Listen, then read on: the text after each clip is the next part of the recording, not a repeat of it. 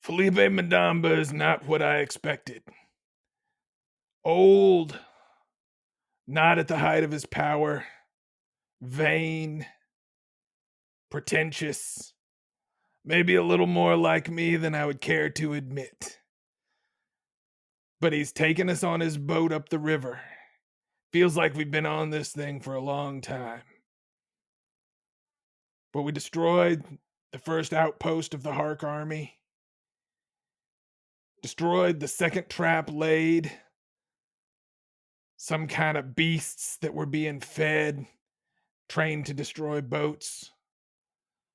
The way should now be clear for the Monterran soldiers coming down the river. I don't know what they're going to be running into. I don't know what we're going to be running into. But Tempest willing, we can save them from it. Fellas, are you ready for some Dungeon Dads? Yeah, baby. Heroes rise, heroes fall. I see 'em on the front line, standing tall. They're risking life and limb to answer the call. But what they fighting for? Don't know, don't care. Just along for the ride. But if it warm us in, I'ma make sure I'm gonna win inside. Hey everybody, and welcome back to the podcast. You are listening to the Dungeon Dads, and this is Every War Must End. Thank you so much for being here. I'm your DM, as always, Tom Blaylock. Wait a second, was that a sheet of paper in front of you, Tom? Yeah. Are you using notes? Did you write down that intro? No. This has got other stuff. I'll tell you what it says on my paper. It sounded just that introduction sounded surprisingly professional, and I thought you'd finally given in. I don't know if you can see. I don't know if you can see. It actually says, "Don't fuck up intro." Did you see that? That's his note. It does say that at the very beginning, and then now you've interrupted me, and I don't even know where we are. Welcome everybody. It's a Dungeon Dads podcast. Yeah, as always, I'm your DM Tom Blaylock, and I am joined today by Sam Frank, John Watson, and Tim Carr. How's it going, guys? Woo. Doing great, It's going dude. great, man. We are doing well. Well, Across the board, it seems. Yeah, I feel like I've moved on from my disappointment from the last 2 weeks, and I'm ready for this week's disappointment. And I think I have your plan correct. I've prepared for it so that I think I'm just about ready to get you guys right into this war at Water's End. Are you ready? As ready as we're going to be. Yeah, baby. What he said. Well, so last week, you guys, after destroying the 5 octopi by parting the water and then incinerating them in a most unceremonious kind of way, and then Abel went down and still got his spears back, which to me was like really just like a bridge too far. Like honestly, like that was sort of like the salt in the wound. It's fine. I'm fine. I'm good. But then you beached your boat. And you, I'm assuming you guys got the Rangers to help to pull the boat into the woods so that it wasn't like you can't see it, it's hidden. And you made your way through the woods around to Water's End Pond. I am happy to get us right to the closest edge to the dam at Water's End Pond, but I don't want to railroad you guys there. Is there anything you want to do on your way there? You have 3,000 or 4,000 feet as the crow flies, but the Rangers are going to lead you in a kind of circuitous way, which is both easier to navigate and safely stealthed from any people who might be lurking in the trees as spotters.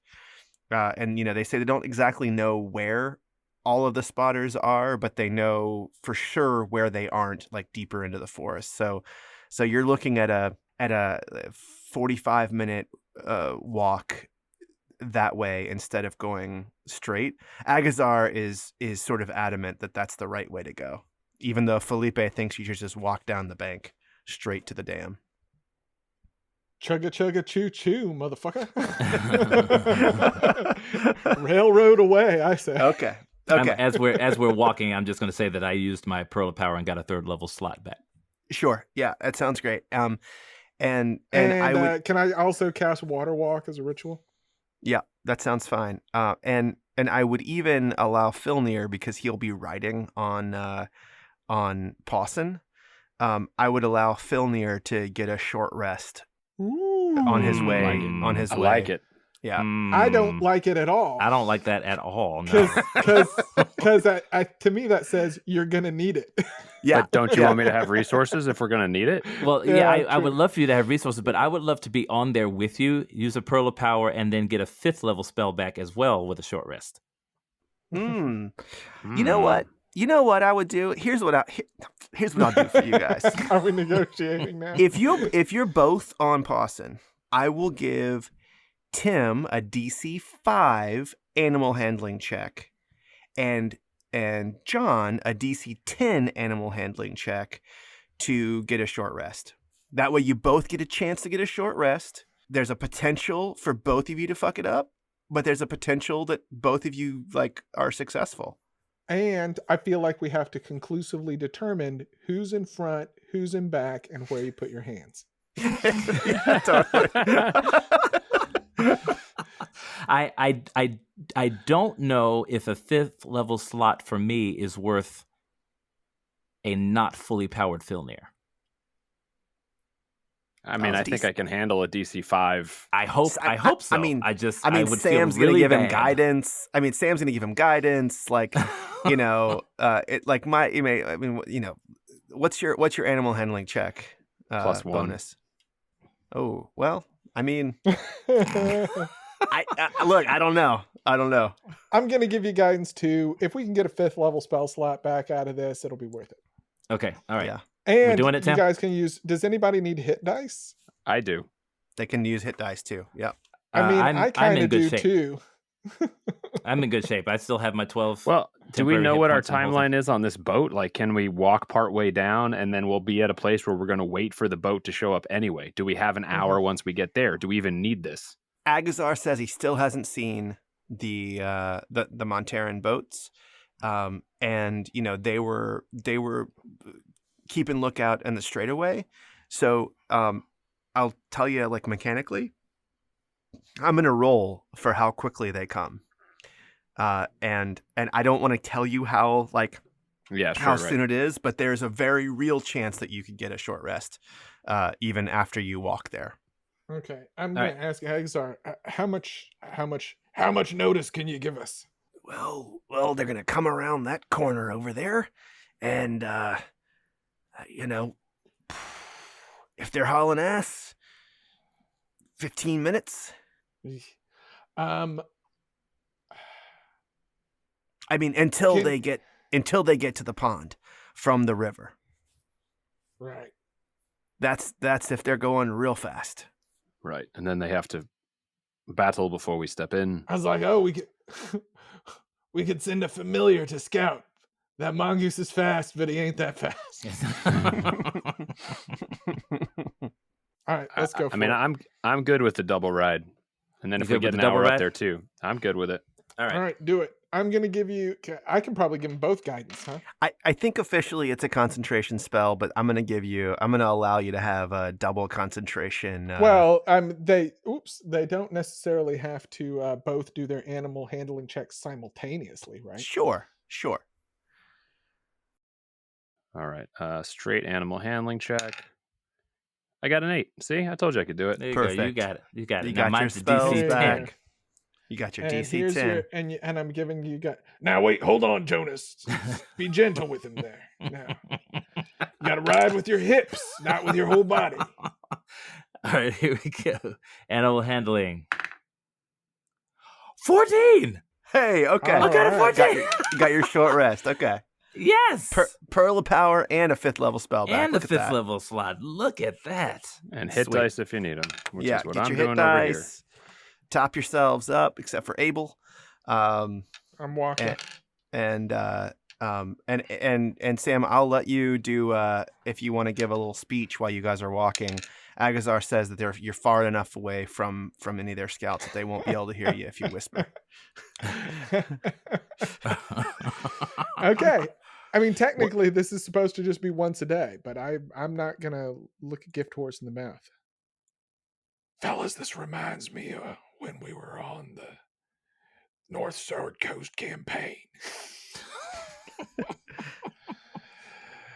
Just like today, I was the only goddamn one walking.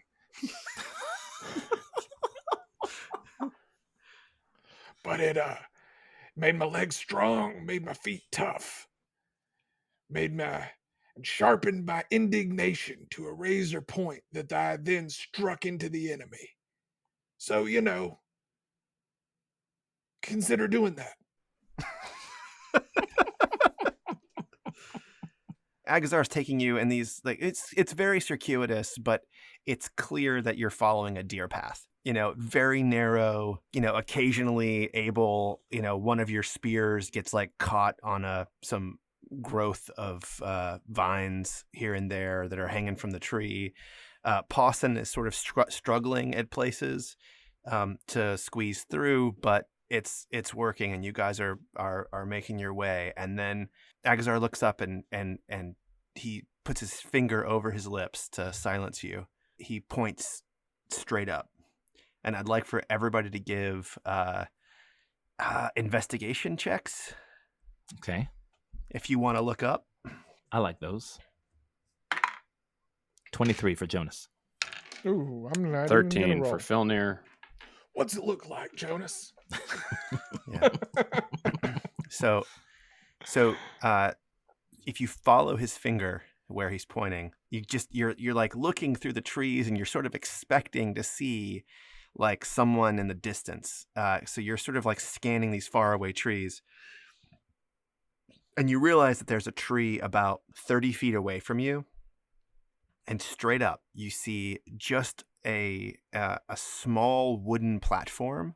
You don't see a person there. If they're there, they're extremely well hidden, but it's either a hunting stand or it's a lookout tower built onto the tree.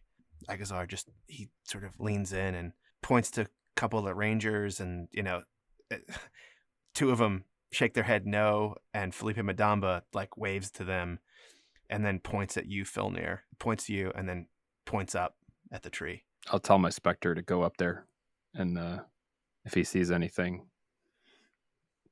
make sure it makes some noise, whether yelping in pain or... Okay. Basically, All just right. go up and attack if something's there. And if something's not there, just come right back down. Okay. So your Spectre goes up, and let me see here. All right. Now, I don't know how to adjudicate this. All right. Just really quickly, let's get me an initiative roll for your Spectre. Can he roll a stealth check?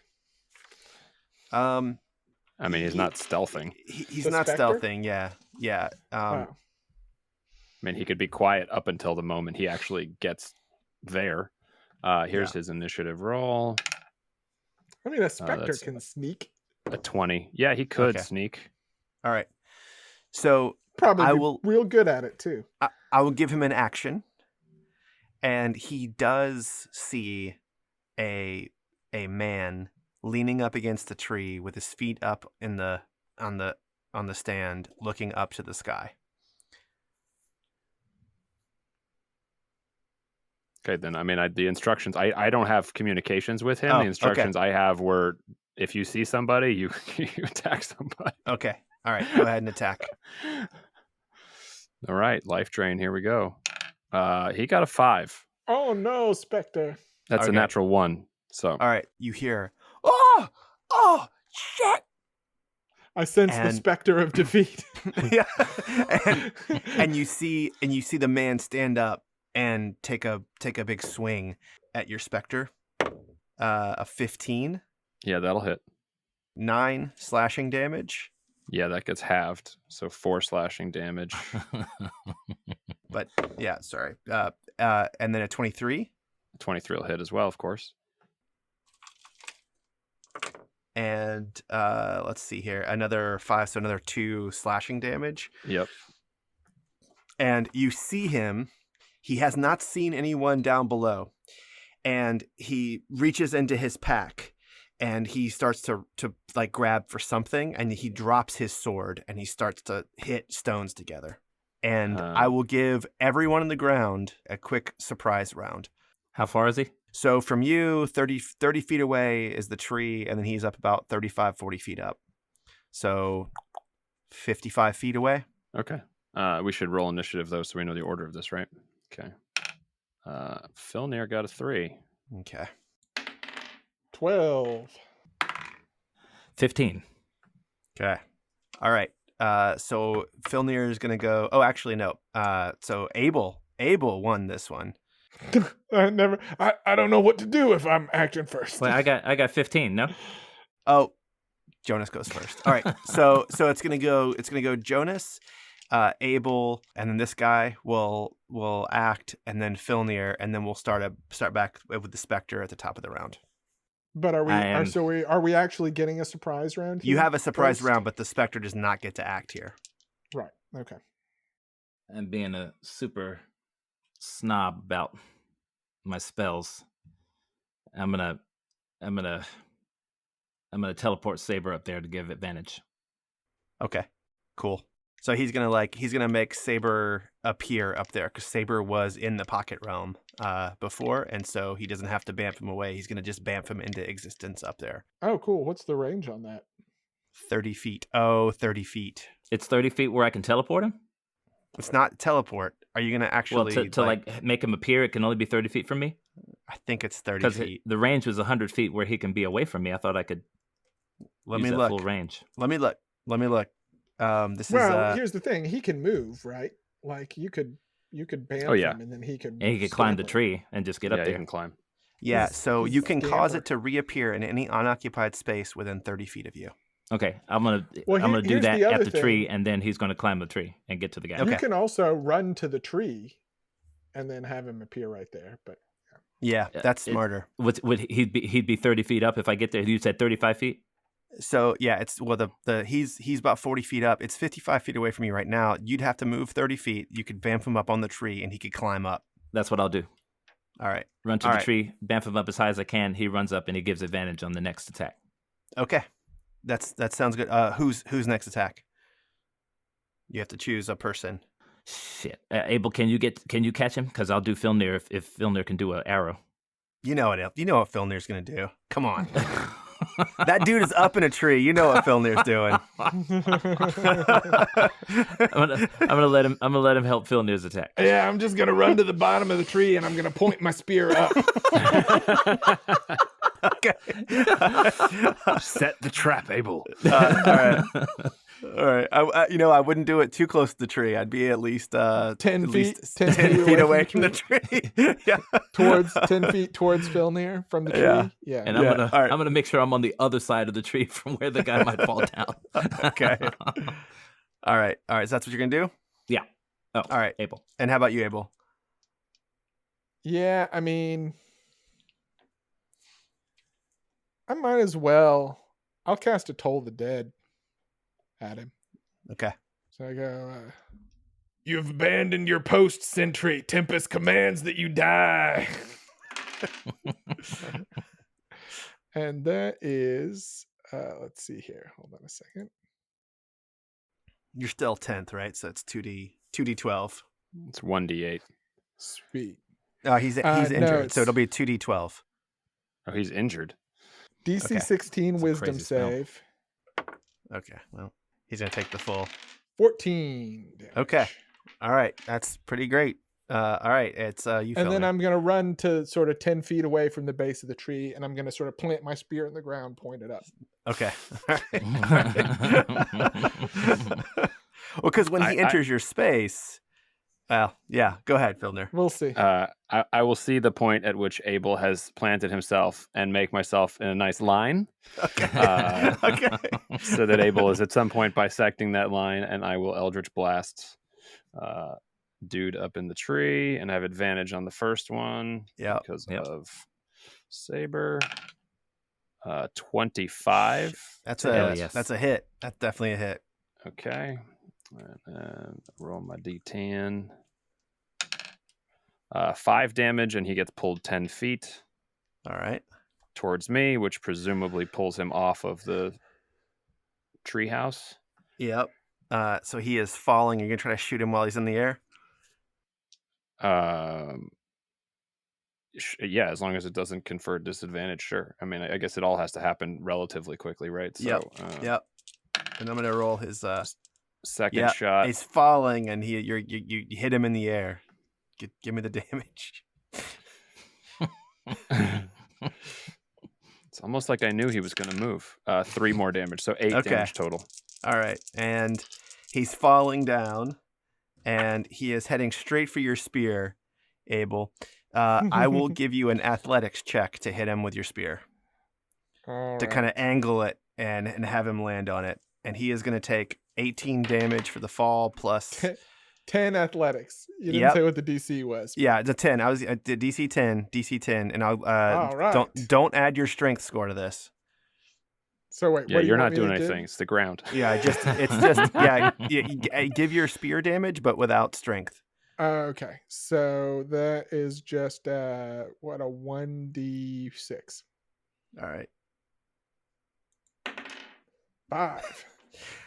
And this guy, so he gets up and he starts to try to strike these two stones together. Clearly, he's trying to set something on fire up in his loft here to send a signal. And the specter comes and hits at him, and he swings at the specter, hitting it a couple of times and realizing it's not gonna make a difference, and is not super smart. And he sees that you guys are down below, and a mongoose runs up next to him, and then it's just like he is just like pulled physically out of the tree, and he falls, and he's shot in the air as he's falling, and he lands on his neck on Abel's spear, and he just slides down. And he looks, his eyes are wide open as he looks at you, Jonus, and he's trying to speak, but no sound is coming out, and his eyes close. And Abel, you are going to have a hard time getting this guy off your spear.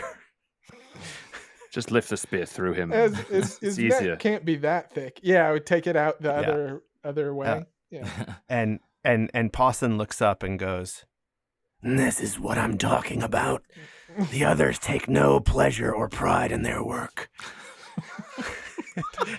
Pawson, can you help me get the spear free? Just give him a little nibble here. Yeah. Right there on the neck. Yeah. And he sort of rips open the guy's throat, and it comes right out.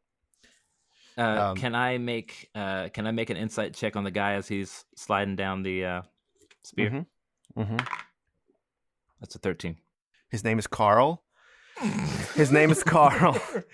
And you see that he's actually got his studded leather is not fully donned. Like, he has clearly untied it in the back, and so he's got just a tunic on, and you see that there is a piece of white paper parchment that's stuck inside of his studded leather. Okay. Don't read it, Jonus. It's going to be some love letter to I'm gonna go check it out. a tender love letter to a girl back home. It's not a tender love letter. Well, before I grab it, did I read anything else in his face? Worse, it's a raunchy love letter. No, he was just so surprised, surprised. And I mean, that series of events would be very surprising. Yes. Yeah. A ghost. You're pulled physically off your a ghost, then a mongoose, then you're pulled off the platform. Yeah. And then a giant wolf opens your throat up so you can get the spear out. Yeah, no, it's terrible. So it's a letter. It's to Carl, and it just says, "Carl, I'm so happy that you have made it through the season safe. Looking forward to King's Moot meal. Your loving mother, Clarissa." Does it have a date on? Well, the that King's Moot explains meal it all. No, it doesn't have a date on it. It's just a sealed. It was had a ribbon around it. That's all. The ribbon does smell like lilac. So, and Agazar, Agazar. Go ahead. Agazar looks at him, and he puts his hand on him, and he says, "Keep walking down the deer path. I'm going to preserve this body, so it's not eaten, or it's not attracting. It doesn't attract animals." And he stands over and he begins passing what is it called? Death repose. Gentle repose. Gentle repose. Something- Thank you. something like begins that. decomposing or something early. Yeah. And Felipe just says, onward, this way. And I just look at Abel and Filnyr and the letter, and I say, it's as you said, war's hell. And then I push on. Mamas, don't let your babies grow up to be soldiers. let them be doctors and lawyers and such. I don't know if I'd say that. And Let them be merchants and apothecaries and such. Is that what you're saying? That's what I'm saying. You still are in heavy cover of the forest, but you do see the light begin to dapple in to your west from where you are. So you've been moving south, and so to you're looking to your west. And Felipe continues to move forward, and you now have a sense of him. He, even though he's old and he's moving slowly, you can see that he moves with such grace in the forest that he hardly makes a sound. And he gets to a point, and there's a rather large log that has from a tree that's fallen over and rotted, and he sits down there and says, "Just over this way, 20 feet. If you're wearing heavy armor, it might not be a good idea. The sun will reflect your armor, but anyone else who's not wearing metal can go all the way to the tree line. I think we are well past their scouts." I'm going to sit here and have myself a rest. And two of the rangers make their way toward the dam, and they say that the dam is just right over there. Jonus, Filnyr, are you guys wearing Filnyr's wearing metal, isn't he? Yeah. I mean, I have a cloak, if I'm not mistaken. Well, I'm wondering if I can prestidigitate that. Oh, sure. Just kind of, I'll just touch him and mute the shine. Well, that's handy. Yeah. So if you guys want to go and get a better look, you can. I mean, look, I'm going to be honest. I didn't want to go anyway, Jonus. I was gonna do you both. I want to sit here for a little bit, okay? You looked tired. I figured I'd touch Filnyr, but you look tired. I've had a long day. You guys have been riding on that wolf. Listen, man, my dogs are barking. While we're sitting down, I'm gonna send Saber in and do a little scout mission. Okay. And do Tim, we have any go, more Filnyr? coordinating we need to do with Florn? I'm going to stay with Abel. We had originally said we were going to do it on the boat, but I think this might be the place if we want to see about bringing our men out. Seems a safer space than in the water with little space for mistakes. Indubitably. And the plan is we wait for Monterre, wait till they're in trouble, and then open the chest and bring the men out? I mean, at least wait until they're engaged. I don't know that we got to wait to bring the men out, though. We could kind of bring them out now, couldn't we? Especially if we're past their scout lines. And Felipe just looks and says, As long as they're seasoned soldiers, they will know how to compose themselves in an ambush. So I that sounds fine to me. I think these fellows are probably more lightly seasoned.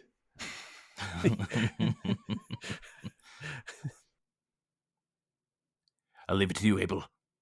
all right, well, Percy stays back with you, Abel, and he just starts getting set up for the big thing. And Felipe starts giving him instructions, and he's pointing to things and saying it's going to be it's going to be a little bit different than when we were coming out of a teleportation circle, but just remember, the way they go in is the way that they come out. It's like going through a tunnel.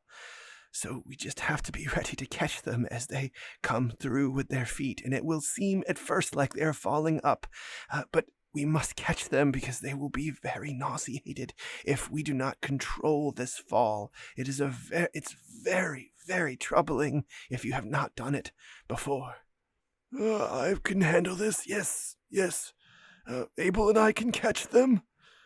And, so you guys are sort of like planning, I guess, on how to do that. And Felipe is giving you instructions. Filnyr, you and Saber and the Rangers, you're going to head out to the tree line or close to the tree line. Oh, I was going to stay with Abel. Okay. Keep the All party right. together.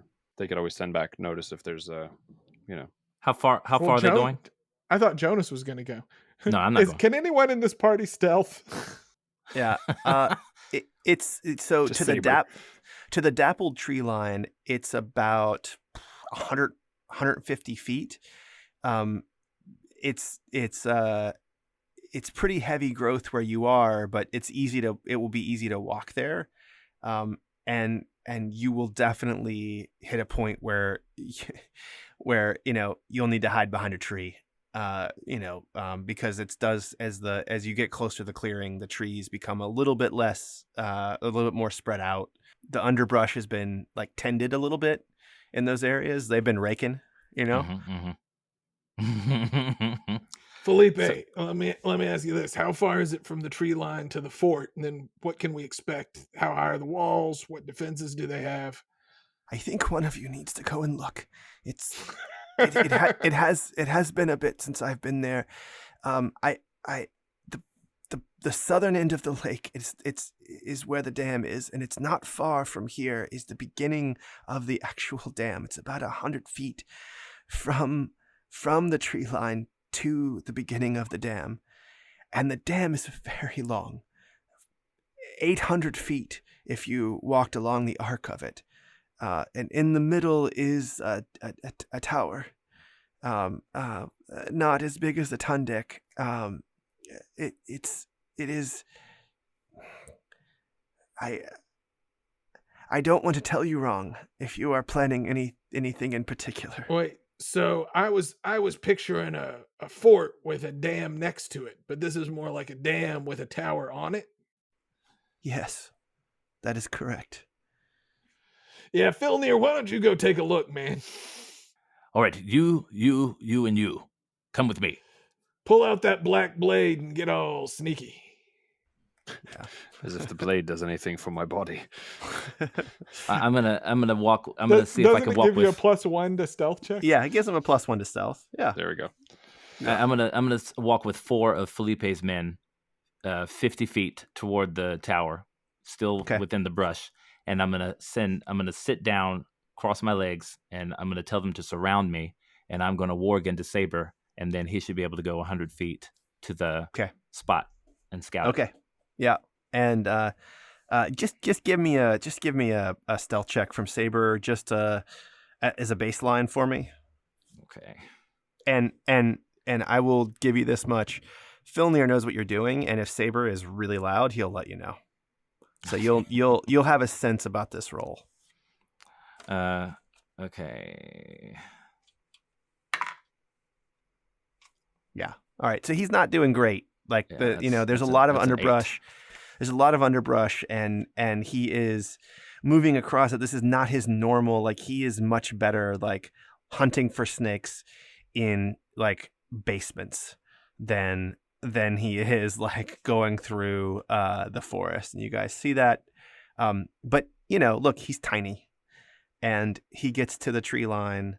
It's very much what Felipe told you. From the tree line, it's about 150 feet from the tree line to the beginning of the dam. And the dam itself stretches from east to west in this arc.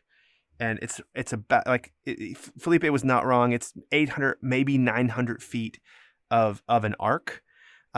If you were to stand at the beginning of the dam, it's a pretty close to like a cutout of a circle. And if you were to shoot an arrow clear across to the other side of the dam and just ignore the arc, that arrow would have to fly about 700 feet. So there is a curvature to it, but it's not a ton of curvature. Okay.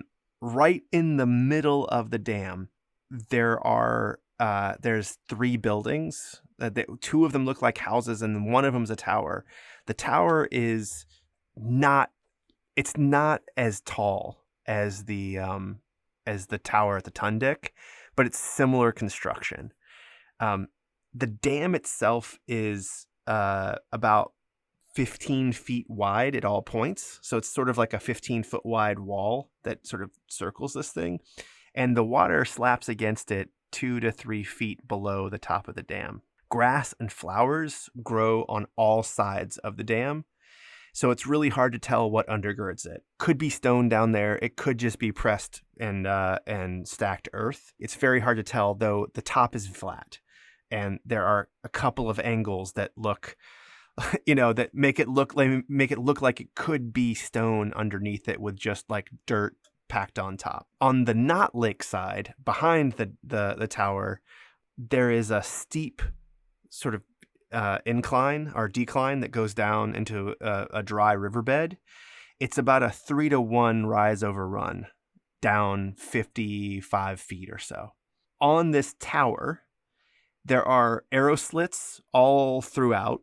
And then as you move up, the very top layer below the open roof has 4 slits that are horizontal that look like they're made for someone to look out of them. And so they're sort of go around in, they're sort of equidistant apart. So you can sort of stand, you can look south, you can look north, you can look east and west, and in these slits that are probably 10 to 15 feet long. And then the very top has an incredibly imposing ballista up there.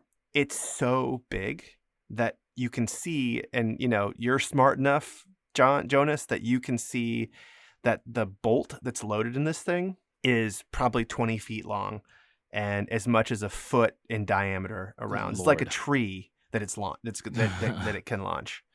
And there are men, 5 or 6 men up on top, and in the lake there is a dock that comes straight out into the lake from where the tower is, and there are 2 warships that are docked there with small skeleton crew, 9-10 people on each of them, sort of milling about.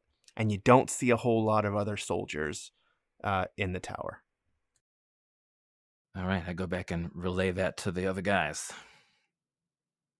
Is there anything keeping us from just running straight to the front door of the tower across the dam? Any barricades, any walls, anything?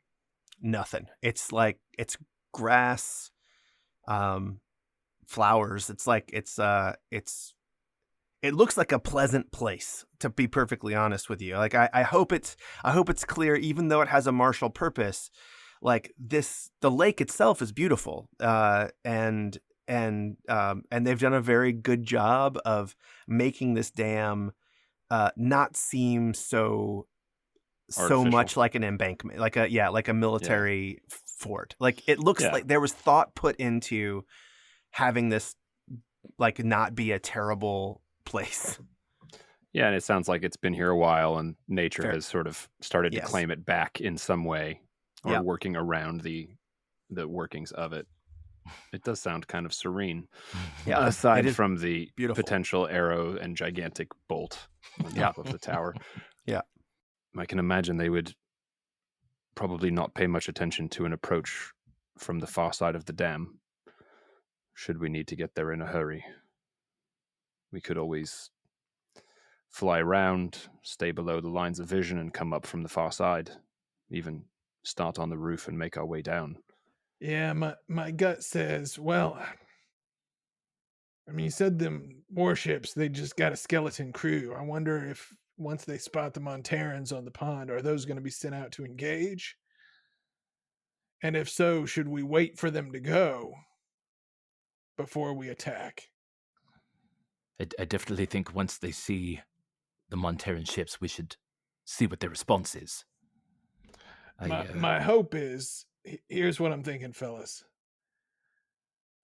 We wait for the warships to go. We send our fellas screaming along the top of that dam. And then the 3 of us fly up to the top and take that ballista. And then we try to punch holes in them warships sitting out there. Can't imagine reloading that ballista is easy, but we get one shot at least. I flex and I maintain eye contact with Filnyr. Perhaps we don't only get one shot. That is quite an arm, Abel. My goodness.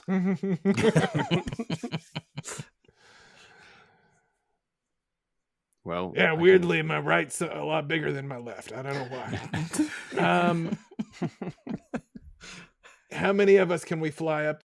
I can only fly 3, Well, including myself. How many are we trying to fly? I suppose that's it then. I could potentially carry another. Oh, that's right. If we're flying, we can. Well, seems risky.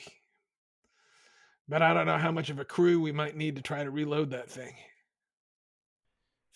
Felipe hears you guys making this plan, and he says, I will not even begin to tell you that I know better than you. At this point, I do believe in you. and he pulls out his featherfall wand and just kind of hands it toward the three of you. Like, he doesn't like give it to Jonus or give it to Phil. He doesn't give it to anybody in particular. He just sort of holds it out, and he just says, this is the button here. You push this, and you don't even need to say anything. Perhaps just have it in your hand, and then be ready to think about the men who are falling, in case you are, God forbid, shot from the sky. Before he's done, it's in my hand. okay. Okay. All right. Thank you. Is that our primary plan then, or do we need to think of a backup? Well, I could also flood the dam. That would potentially wash their warships off the far side. I could cause the water level to rise and spill over the top.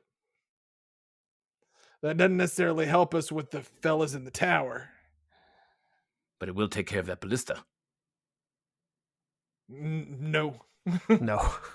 We can't potentially get a warship to run into the ballista and carry them both over. No, the ballista's on top of the tower. The ships are not on top of the tower. I'm thinking that we're at the bottom of a cliff and the dam's at the top and the ships are at the top with the water. No, we're on the lake level. Mm-hmm. Got it. I can also create a swirling vortex. We might need that later. This, I tell you, my new relationship with Tempest is giving me all sorts of options. Oh, it's funny you should say that. Give me a perception check. Just a straight active perception check. Active perception check. Yeah. 10. Oh, wait, I'm sorry. What is your My your passive. passive? This is a super passive thing. My passive is 18. Yeah, your backpack is hot. Ah, yeah, okay. Hot. Like it is your long walk, you felt sort of sweaty from the back from your backpack. And then I go, wait a second. Yeah. I put it together. All right, I'm gonna open the backpack and just look at the stone. I'm not gonna touch it. Yeah. So the stone looks the same, but like, if you have rations in there, like, it just smells like everything that could have more of a smell from heating up has it. Awesome. It's if there's anything in there that's like potions that you have in there, like, they are hot to the touch, and you're like, oh man, like, it's unclear if that's gonna affect them and see if make them not work. I think it only make them better. ruin the biology of them, or like, but it's Only- that hot. I It's- don't see how it could do anything but make them more potent. It's probably 130 degrees. The rock is like in around. It's really really hot. Master, I think we should bring the troops. All right, let's do it. I think it's time. All right, Mr. Percy, get ready. I will speak to Florn. Open it. Okay, it's open. Hey, Floor. yeah, Floor. yeah. We are ready. We're ready. Begin sending your troops. Okay, wait. We're gonna send. Okay, listen. Do we need to have boats? Anything like that? Anything we need to bring other than spears and swords and stuff? This is just a show of force, right? Just the Bows, troops. Just the troops. bows. Bows and arrows. Things that Okay. you can carry. Swords, Hunters, bows and hunters. arrows. Troops. All right. Food. We gotta bring food. I mean, And just you- in case, whenever you're going on a hike, you should bring some. All right, and you hear Galwinia's voice. She's, I will go through first. And she says, okay. Are you ready? Filnyr, are you there? I'm here. I'm gonna get at the edge. Me and Percy are getting next to the chest. We're ready to catch some feet. Okay. And it's like nothing happens. And then it like her boots are just All right. flying up. And By the way, she's- I was casting guidance on myself for this. Oh, okay. Okay. All right. Because All I right, knew it was coming. Give me an athletics check, Mr. Percy. Do it with advantage. Oh. Mr. Percy's there, and he's With advantage. Okay. yeah, he's sort of helping you, like you're doing this. Oh, god damn it. Okay, And I your rolled guidance. a 6 and then a 2. Luckily, Okay. I have, you got plus a, 4. Yeah. I got plus 4. So that's a 10 is with advantage. And then I add my d4 for guidance. So 3, so 13. Not bad. Okay, so these boots come like flying out, and then it's sort of like it stops flying out, and you can tell that Mhm. gravity hits it, and Abel like catches her and then like bangs her head a little bit on the back of the chest, but he's able to We're pull going to her get better. out. We're going to get better at Yeah, this. yeah. He pulls her out, and then she sort of points and says, "No, hey, over here, stand here. What? You act like you've never done this before." And she says, "All right, come on." And the next person comes through. Give me two more athletics checks with advantage. So 4 more athletics checks? Yeah. Okay. Let's see here. Athletics. It's a 7. Oh dear. 15. Okay. Okay, so All right. 15 on the first one. So you're getting better. 11 on the second one. Okay. Can I guidance these again? It's okay. So Okay. It's but- good enough. but it's good enough. It's good enough. Like you're not, so the hard part, and this is what Galwini is great at, is like as you're putting people down, like this would get very crowded because they're coming through fast. So you're catching and you're just dropping them, and then Galwinia is getting Filnyr and is getting the Rangers, and they're sort of moving them out. She keeps moving them over. And it's like 10, 20, 30, 40. It's about 50 men who come through, men and women. Most of them are in the Hunters Guild. Some of them are wearing heart colors. Some of them are wearing a Darren blue. And you have a pretty sizable group there. And then you hear, okay, all right, you guys ready to catch me? I'm coming through. All right. All right, and give me another athletics check. I mean, Florence should be pretty easy, right? Yeah, totally. 18. Thank God, Okay. because I'll tell you what happens. 17. Okay. 18. So everyone else, sort of their feet appear, and it's like they pop up. Mhm. So Florn flies up and out of this chest. And you actually have to reach up to like, and all you do is like, it's like an acrobatic move. You just kind of like touch his back and just help him land on his feet. And the dude is wearing a sparkling blue robe, and he's got 3 books that are like wrapped in leather under his arm. And he's got this like Jonus just got a boner. he's got this super old looking quarterstaff that's all like not straight and gnarled, and he sort of hits it on the ground when he lands, and he looks over at you, Jonus, and he goes, "I've been shopping recently."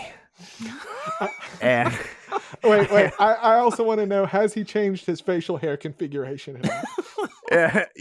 oh yeah.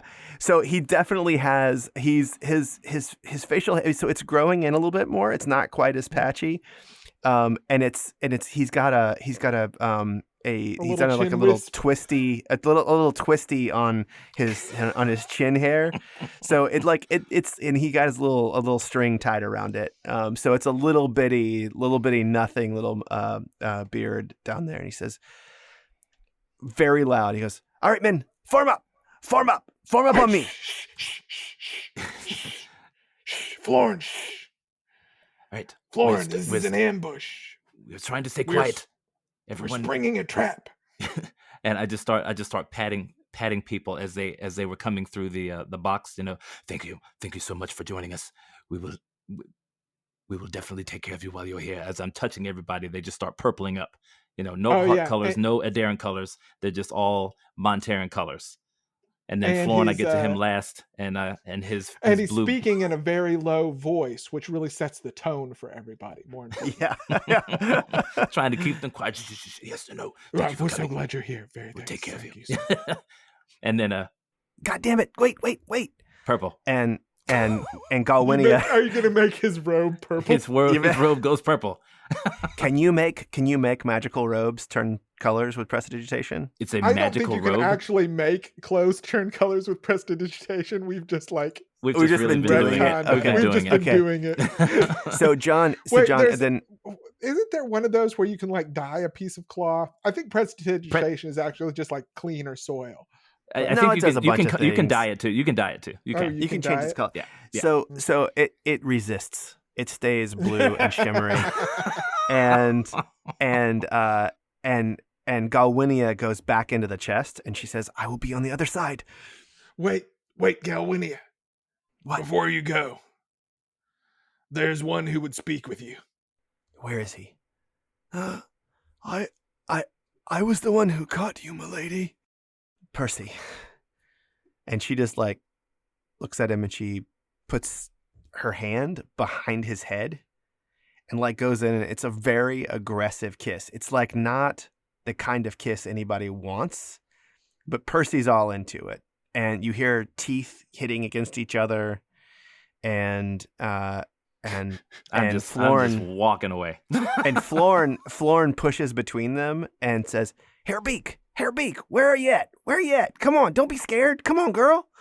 And then his beautiful hawk, Hairbeak, flies through the chest and lands on his shoulder. And you can see that she sort of she teeters back and forth a little bit, and then she throws up. And it just dribbles down his blue robe. And he looks over at you, Jonus, and says, "All right, now you can clean that up." Clean it yourself. You seem to be very powerful right now. I keep walking. All right. I'm sure the spell is in one of those books you brought with you. Yeah. And he sends Hairbeak. Those books are just full of his random scribblings and exactly. Totally. Exactly. Yeah. I'm saying Memoirs it with pure sarcasm. Memoirs of a child of magic. And then I realized the way to cast Featherfall was just to do it. Yeah. Why weren't people just doing it?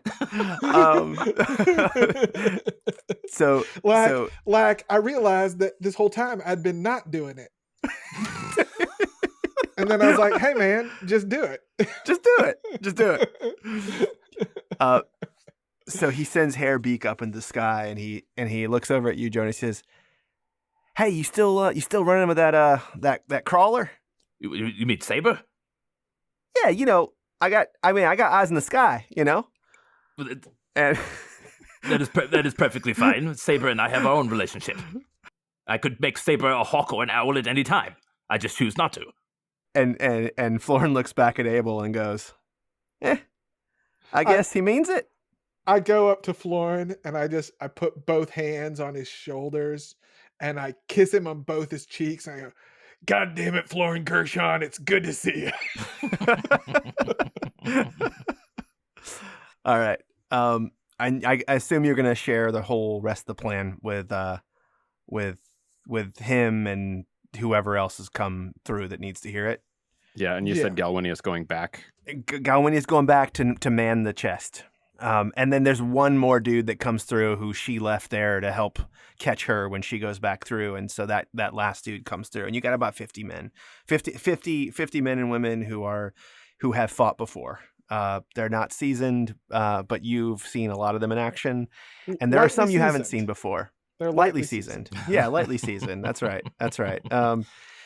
So you guys have a few minutes to sort of orient yourselves. Florin insists on being up, in the front with his men if they're going to charge the dam. And guys, one of the things that you got to think about is there casters in there? That's what we've heard. Yeah. So I just can't leave my men alone. If one of them casters comes out, I've been practicing, and I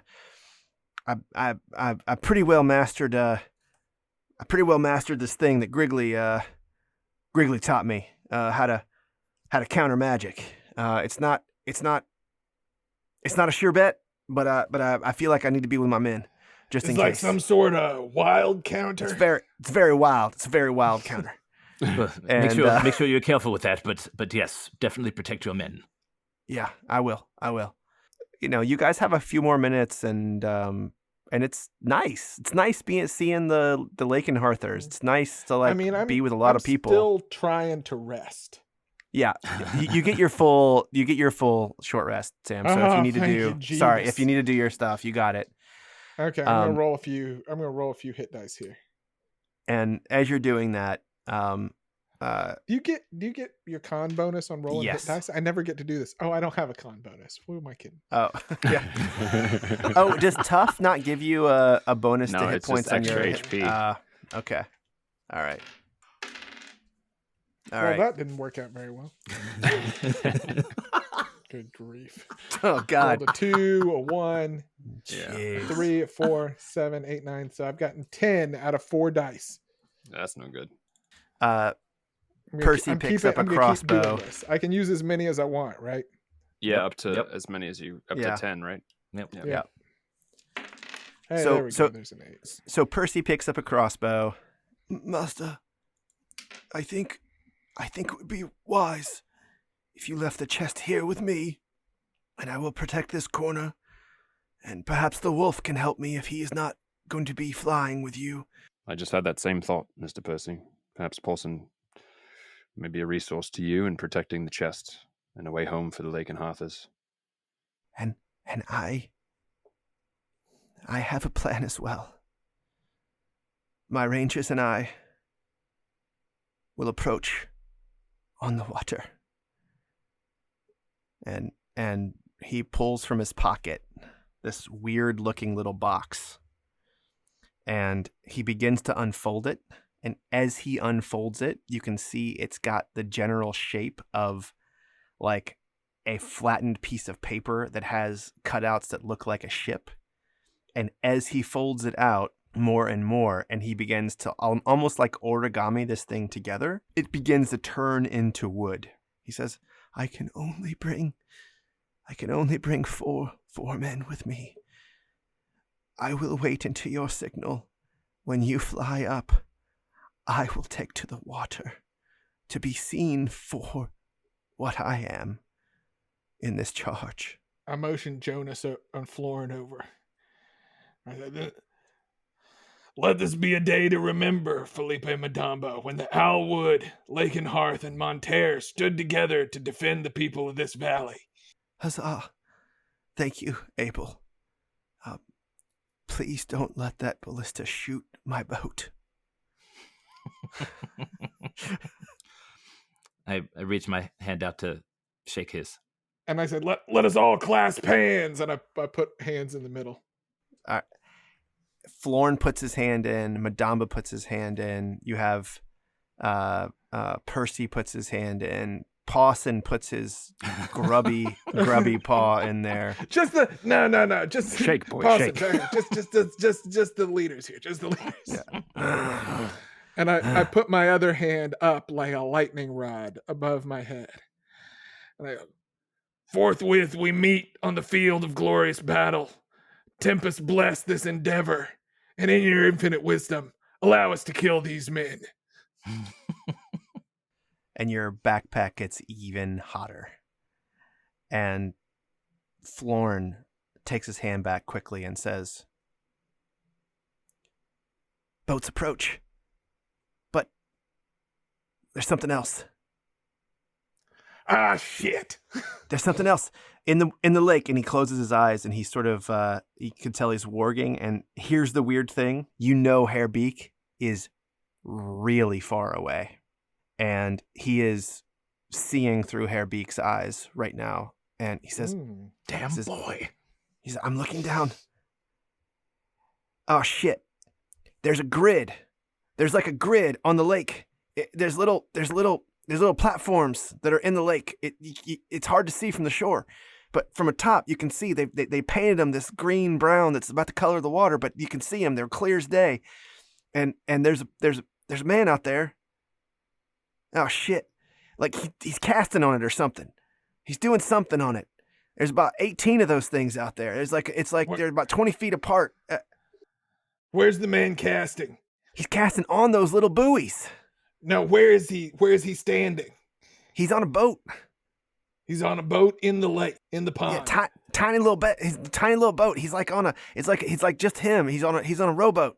Well, gentlemen, perhaps our first flight is not around the back of the tower. Florn, does it look like those pillars can move? Yeah, it's like they're tied down or something under the water or something. I don't know. They're not moving too much, but they're definitely floating. Seems like a trap for a boat. Based on what you've said, that will surely Nothing we can sink. do now. Let's just get ready. And he moves over to his men. He says, "On your signal, Abel. We'll go on your signal." We don't see any Monterran ships yet. We haven't heard that the I mean, you Monterran guys ships right have- now are not on the tree line, but Oh yeah, that's he true. says the ships are coming. I believe him. Yeah. That gives us, 15 minutes? 15 minutes. I guess we should get to the tree line. No, I mean it's 150 feet away. Let's not risk exposure until the ships are engaged. But goddamn, I hope this thing doesn't just sink them all. I don't know what this.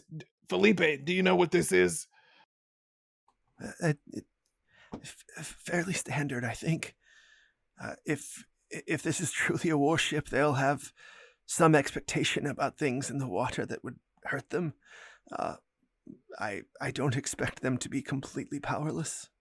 Wait, what is? You said standard. I've never seen nothing like this. You haven't fought against casters then, have you? Well, not on the water as much. My guess is these are going to explode in acid or fire when they're approached. A good caster can make these things, can program them, as it were, to go off when conditions are met. Even after they fall, Fall where? if the caster were to fall in battle. I believe so. I do not know. So there may be no stopping Florn, it. did he appear to be concentrating? Florn, yeah. I'll bring Florn back over. No, they're not concentrating. I mean, it looks like he's touching something. I mean, he's clearly a magician of some sort, some varietal, and I can't quite tell what he's doing. But shit. No, I see it. He's reaching up underneath them. He's reaching up under every single one of them. It's like he's turning them on or something. Damn it.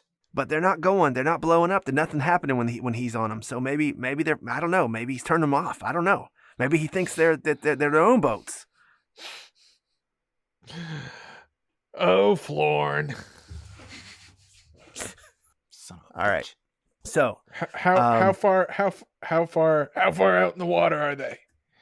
So they are only about 500 feet away from the tower and the dam.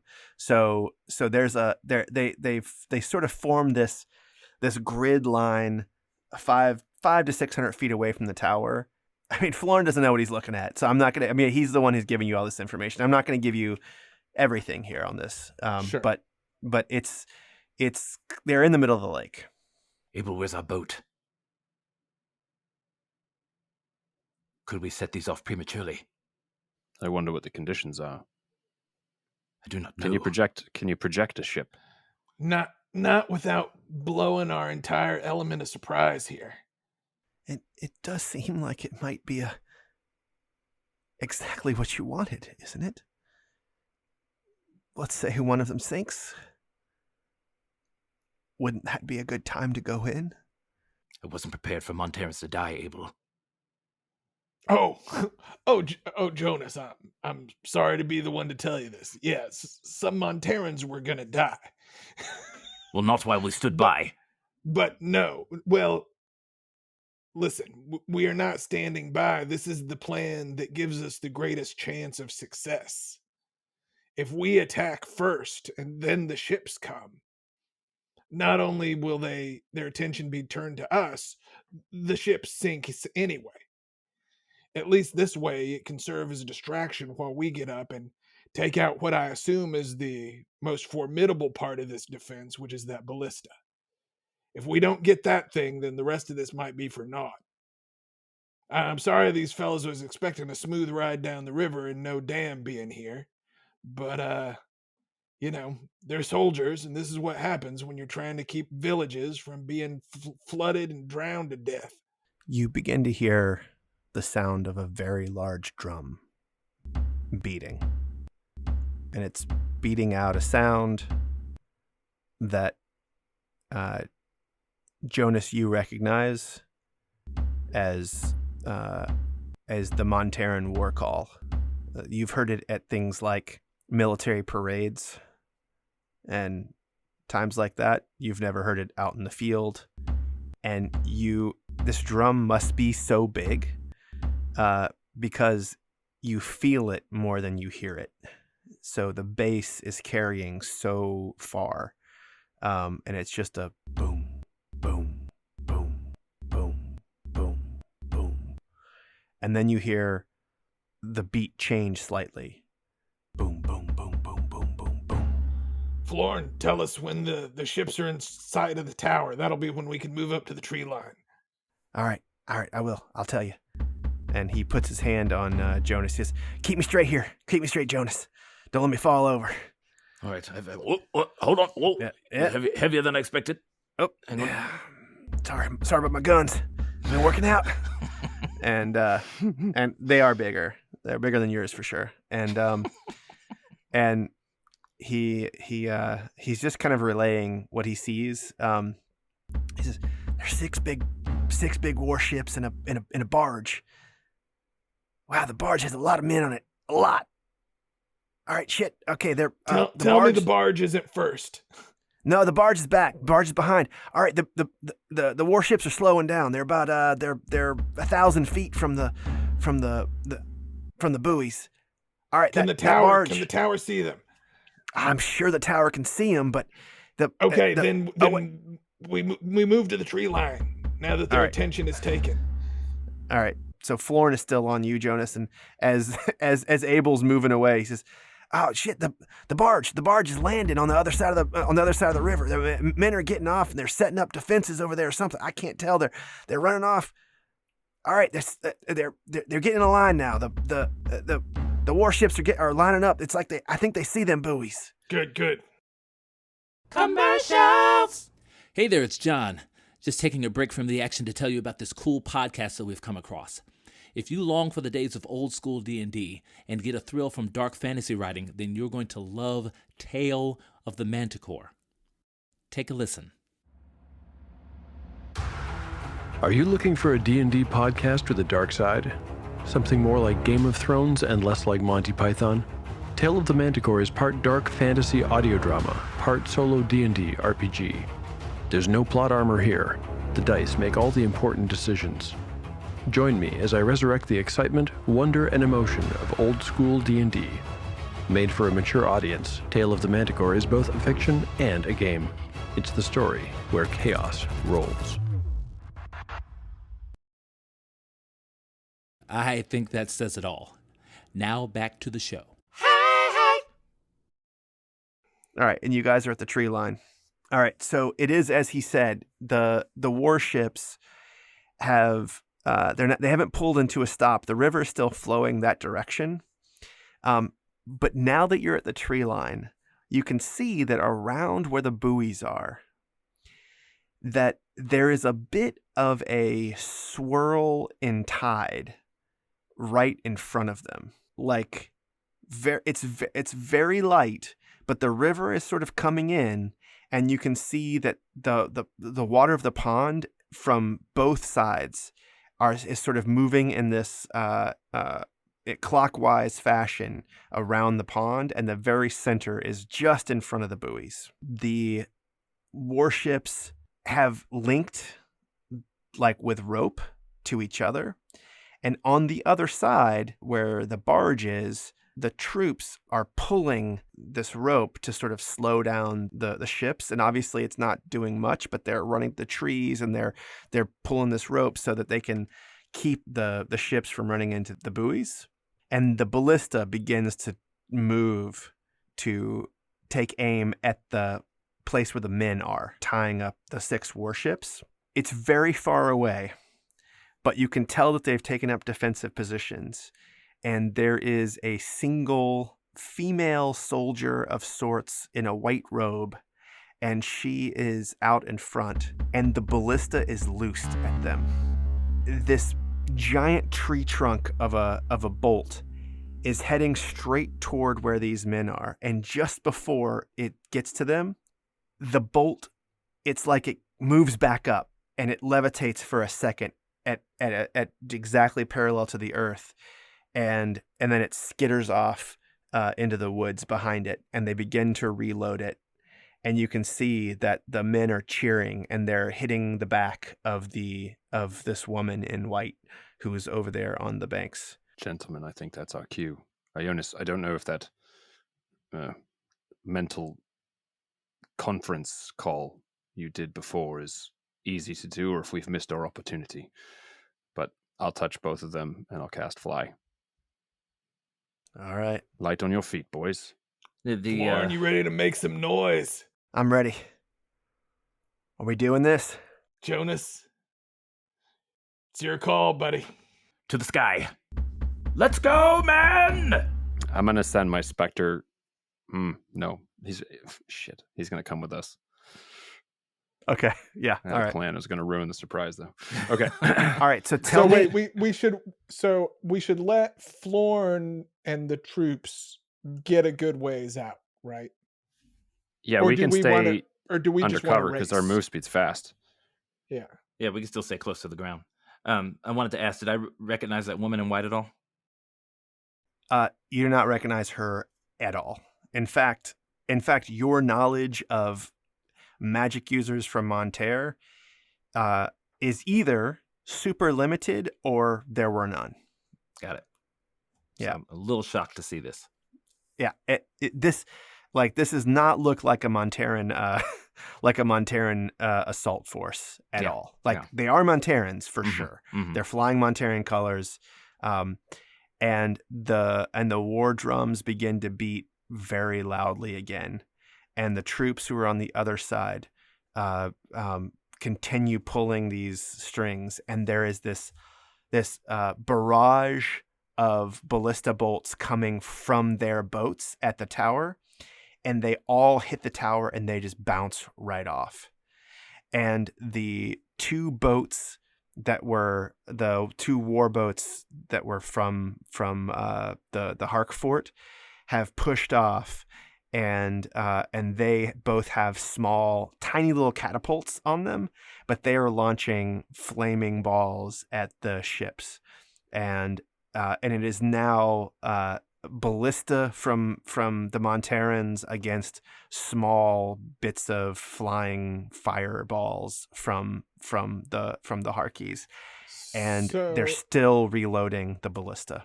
I think our plan is to come in low on the dry side of the dam, sort of below the level of the dam, and then just straight up the back of the tower. So and we can dash, so we can do 120. So you send the signal for Florn and his men to charge, and Felipe moves with his rangers toward the water, and you see that Florn is right in the front, and his men are charging with him. They have their bows out, they have their swords out. His archers are a little bit behind, and they are on the dam now. Now it's a super long dam. It's like a dam. It's dam. And you see Florn as he gets about 20 feet on the dam.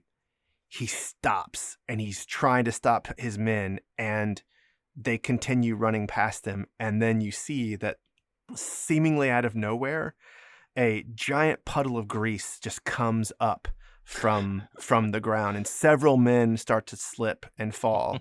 Some don't, some do. There's about 10 men that are on the ground, and then they keep running past.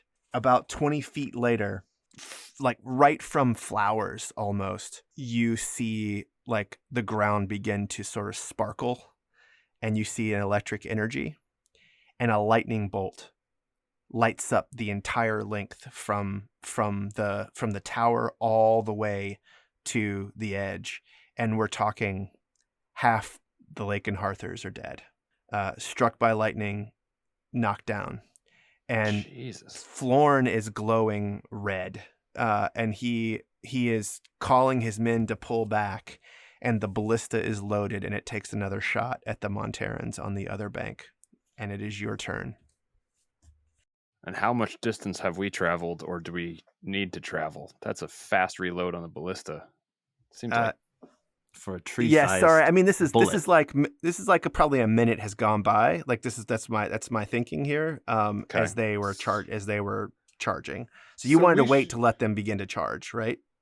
I think we just wanted to go. Okay, then we're doing this simultaneously because the Monterrans are already taking the notice, and we're dipping below the line of the dam anyway. So I think the idea is they're still taking notice from attention away from us. Yeah. And so you kind of see kind of off to your left as you are heading down on the backside of the dam. You see this lightning bolt streak out, and you hear Florence say, "Pull back, pull back, pull back. There might be more. There might be more. Pull back. Stop. Loose your arrows from here." And you see a hail of arrows being sent toward the tower. And you sort of lose the sound of Florin's voice as you fly along the bottom of the dam. Did I see where the lightning bolt came from? No, you did not. All right, so this battle is raging. You fly down along the bottom. I'll give you like however much movement. So you want to fly down and then come up behind the tower. Is that right? Below the dam, so we're out of line of sight from the other side, and then go to where the tower is, and then basically go up the back of the tower, because presumably, there's windows to look at the view, but there's not going to be a threat coming from that direction. Right. And hopefully at this point, no one is looking that way. Right. Yep, that makes sense. And then we can go right to the top and land where the fellows are manning the ballista. So before you get to the top, you're sort of flying up. You do see men through the arrow slits so you can see into the arrow slits as you fly up, and they are all facing toward the lake. A few of them are facing Florn's side, but mostly they're facing the lake and to the west, where that giant contingent of Monterrans are. It doesn't look like anyone specifically was targeting the charge of the Lakenhearthers. And you can get to the top, and there are 5 dudes up there. None of them are armed. They have swords around them, but they are just moving these giant logs into place and then spinning and turning the wheels to pull back the ballista tensioner. All right, how far away are we now? We're up there. I mean, you can approach. I assume you're up there. You can approach as close or as far away as you want to be at this point. You have surprised them. How far or how wide is the top of the tower? The tower is it's about a 30-foot diameter. And how close together are they? They are like the guys who are loading up the bolts are takes 4 guys for that, and then as soon as they get the bolt on there, they all have tensioners that they're all spinning. So there's about 10 tensioners, but there's only 5 of them up there tensing the ballista. So are they all crowded together? I guess. Yeah, they're all crowded together all around the ballista. Yep. Okay. All right, I'm just gonna fireball the ballista. Wait, Jonus, we can use They're it. not. They're not armed. We don't want to kill the whole thing, huh? We just want to fire it on other people. Are they, Tom? If I landed next to them, would they all be within 5 feet of me? Or most of them? The one guy probably wouldn't be within 5 feet of you. Okay. Yeah. But yeah, you could land. I mean, you could land on the ballista, and you would have all 5 guys. But if someone fires it, then you'd be like, yeah, that's well, true. I can fly, and I just Yeah. peel out into the sky. That sounds like a good idea. Let's try that. Yeah, I'll land down on the ballista, and I can cast Sword Burst. Oh, good idea. Okay. All right. I'll I'll give you guys it's only 2d6 damage, but all right. it hits I'll everybody. give you guys a surprise round here because they are not expecting you. DC 16 deck save. All right. Or else they take, 2 damage. I rolled 2 ones. Double ones, no. baby. Oh, Damn. no. Okay. All right. Here we go. DC All right. 16. And then they could take half. I mean, All right. Okay. do we care? All right. Yeah. Let's just, okay. I'm just going to do this thing. Oh, they take half or none? I think they take none. Right? Oh, it's They none. save. Probably because it's a cantrip. Yeah, none. Yeah. Okay. All right. All right. So 2 of the guys sort of like get this sword burst, this wind of like sharp things cuts through them, and the others are okay. Abel, how about you? I'm going to try the same thing, but with Word of Radiance. Okay. DC 16. And is this a wisdom? Con save. Or Okay. take 9 radiant damage. All right. Okay. And it looks like one more here. And it looks like only one of them saved. 2 of them look really, really, really messed up. The light of Tempest compels you. All right, Jonus. Okay, how many people are trying to fire the thing? So when Filnyr gets up there, only one guy was tensing the bolt. Mm-hmm. But now they're sort of looking up. They realize you guys are there. They are probably not going to be trying to fire the thing. All 5 of these guys are firing this thing. Okay. The guy that was closest to firing the bolt, I'm gonna send him a fire bolt. Okay. 13. 13 hits. Sweet. And here we go. It's gonna be 13 fire damage. Yeah, this guy's dead. And so essentially, these guys are not soldiers. These guys, they went to the, Harkness Polytechnic as engineers.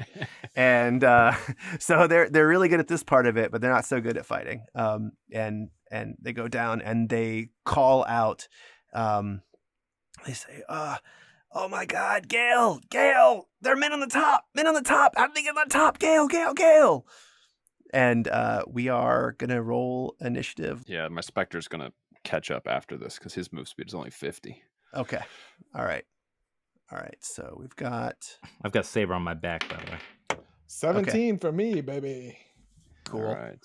And I'm going to roll a couple of other people here 18 for Jonus. who are not there, but I just want to know it. Spectre 17, Filnyr 20. Damn. All right. Wow, you guys are doing great. Solid Right rolls there. right now. Okay. Yeah, I'm impressed. No, I am really. No, you practically won this fight already. Against the engineers. These poor engineers. Yeah. We call ourselves the Seabees. We're in the middle of the shit now. So from up here, you can see that one of the boats, Wait, one of the I Monterran rolled boats a is on 17 fire. initiative. I just want to be clear on this. I rolled a 17 initiative, and I am last in our order, even after the Spectre. It's like the greatest initiative roll I've ever had in my life. That's just crazy, actually. And yet perfectly in character. But you don't know what the Yeah. enemies have, so Yeah. it'll work No, well. that's true. Yeah, That's true. it'll be all right. It'll be all right. Yeah, you will come before somebody. You'll get that silver medal. So as you're looking out, it's gonna go Filnyr and then Jonus and then a little something else. But you now get a sense of the lake, and there's one Monterran boat that's on fire, and the second ballista bolt looks like that it maybe hit something over where the men are. There's definitely men dead over there. And you can see that the Lakenhearthers are now engaged in a fight with a water elemental that is on the wall fighting them. And you can see that Florn is doing nobly well, and he is having his men strike with arrows. They're baiting the water elemental to move further and further toward the forest. Felipe Madamba has now, from his boat, his rangers are now shooting at the water elemental from the water. They have given up on their charge toward the thing to help save the Lakenhearthers. And it is Filnyr's turn. All right. So how 4 of these guys are still standing? Is that right? Yep. And are they're all still? I might as well just try this again. Get all of them if I can. Sword burst. Let's do another sword burst. See if we can roll better than 2 1s this time. I think I can. I think I can. Tell us, what'd you get? I rolled a 1 and a 4. Okay. So it's better. Okay, it's better. Okay. DC 16 deck save once again. All right. Okay, one of them is alive. Let's see. Dead. And that's an 11. This one, so a DC 16, yep, dead. And the last one, alive. You got 2 guys alive, and it is you, Jonus. Only 2 guys alive? 2 guys alive. All right. FYI, Seabees, RIP.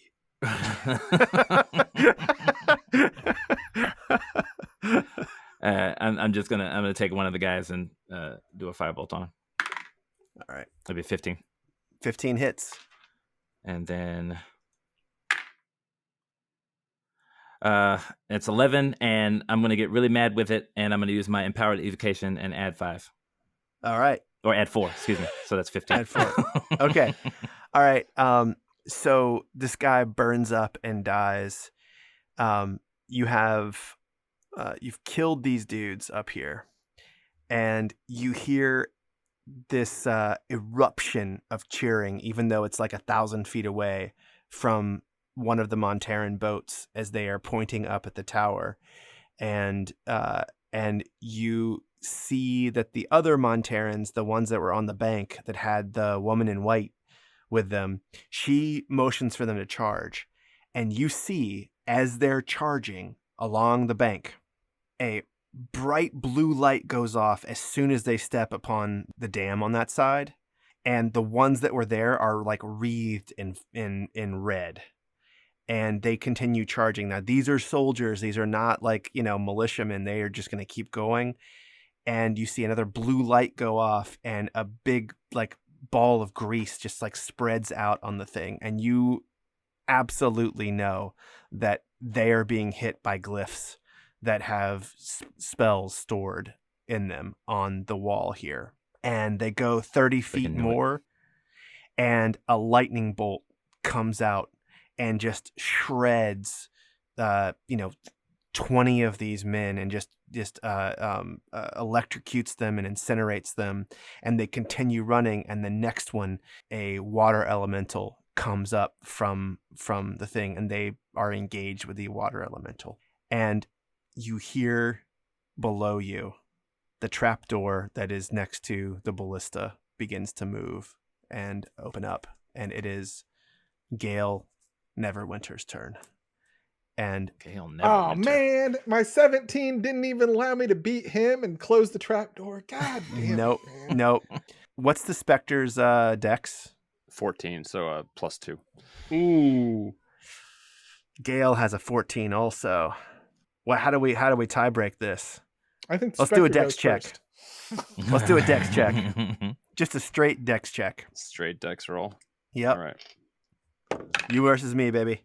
I rolled a natural 1, so And I got an unless you 11. also Okay. roll- okay. All right. So this trapdoor flies open, and a woman in a like golden robe pops her head up and says, "Up here, defend, retake the ballista. There's troops on both sides." And she is clearly glowing. Jonus, you recognize that she is wearing mage armor. Okay. And she's got these small balls of fire floating around her, and she, let's see. Jonus wanted to take that spell. Who does she see? Yeah, I did. Filnyr, you are in the middle of all these dead men. Yeah, standing on the ballista. I'm in the same general vicinity. Okay. So I think that she is going. And Jonas is more at the edge of the Yeah. tower, I think. Yeah. So I'm gonna just I'm gonna roll a d20 to see who she targets. I want to do this fair. All right. Below 10 and below, it's Filnyr. Higher than that, it's Abel. That is a 1. Gale sees you, immediately she starts to cast something at you. She says, "Taste my fire." I'm going to counterspell that. Okay. All right. So you need to give me a spell check. What level spell are you casting it with? Counterspell. Just third, right? Taste my fire. The hell.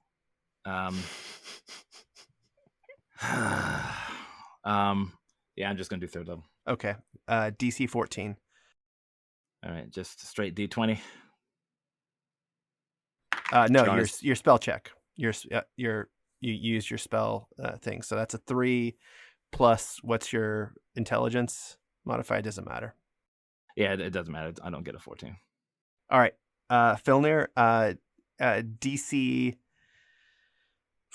17 con saving throw. John, did you land? I'm floating in the air. I rolled a 5. I'm Okay. not rolling well tonight. Okay. It doesn't seem like anything happens. And then 2 of these small fireballs that are surrounding her come shrieking at you. And let's see here. John, this is an attack roll, right? No, I think it's a saving throw. Okay. So DC 17. So I had to do a con Dex, save. and now a and dex save. And Yeah, now a so dex she save. is shooting. So she hit you with a spell, which you don't have any sense of what it is. And she is now throwing some of her minute meteors at you. Okay. All right, so DC 17. I rolled a Dex save. 20 on that one, so I saved. Okay, Nice. and then That's a cumulative 20 for the listeners. think if you save, you take Half damage. 4 damage, 2 damage. half- Two I take damage. two Take damage. 2 damage. I rolled a 4 in this one. Sorry. And you also take 6 damage, 6 fire damage. And then you need to roll another DC 17. There's a second meteor speeds at you. Okay. And when do you want me to do concentration checks as these are happening? Go ahead and give me a concentration check. All right. So here's a con check for the first damage. 15, so that's good. Fine. Yep. Are we treating this all as the meteor and then the extra 6? Is that a separate damage or is that synchronous and one Synchronous. When it hits you, you take an Yeah, extra so she hexed 2d6 me. fire damage. Yeah. Okay. Basically. Okay. And then you said a DC 17 dexterity saving throw. Yeah. There's your Perfect. natural 20 plus So you 2. take Nice. 4 damage from the actual meteor, and then your body, your skin sort of does this like small immolation thing again, and you take another 11 fire damage Ooh. from this. And she ducks back under, and she says, "Apprentices, take them!" And that is Spectre's turn now. What are you, chicken? Absolutely. It's how I've stayed alive all these years. I'm going to send the Spectre to chase after her. Okay. Then go ahead and you can give her an attack. So we'll do a little life drain. That is 16 to hit. That's a miss. Okay. But the Spectre's going to be, I presume she's just like right there. Yeah. Yep. Okay. And She's right there. She's down the hatch, but she is you can't see her, Abel, but she's down there and the Spectre is engaged with her. And there's no one else between me and her. That you can see. That's Okay. correct. All right. Oh, and it's my turn. It is your turn. And you still have your fly speed, by the way, because my fly did not go down. So Oh, you yeah, still can move you did 60. another Constitution save because you got hit again. Oh, yeah, that's right. Maybe. Okay, so maybe my fly is still there. Hold on. 19. Yeah, yes. baby. Nice, You're still nice. good. Okay. All right, so I've got 60 feet of movement to work with. That's good. So first off, I'm Yep. going to fly over to the trap door Mm-hmm. and look down. What do I see? So you see another room down there. You see the back of the Spectre. Mm-hmm. You do not see Gale. But the Spectre's kind of translucent, right? Yeah, it's just the angle that you can get Mhm. up above the thing. You can't see her like from where you are. You'll have to go down into it to see it. You can Okay. see the Spectre because the Spectre, but that means that she's right there. She's right Alright. there near the Spectre because the Spectre within 5 feet of the Spectre. Is it like stairs or is it a ladder? It's a ladder. It's a ladder going down. Okay, Yeah, and how short. It's 7 feet or so. Okay. So it's a very small like room, like a very low ceilinged room. This Alright. sort of lookout room. So I'm going to sort of jump into a pencil dive, like straight down the shaft. Head first, No, feet first. feet first. Okay, all right, And fly down into the room. all right. So what do I see Gale down is there? Gale is engaged with the Spectre, and there are 4 other robed people down there that look like they're ready to act against the Spectre. Okay. And then is there another door out of this room? Is there another trap door? There's Is it so stairs? there's stairs going down from here. Yes. Okay.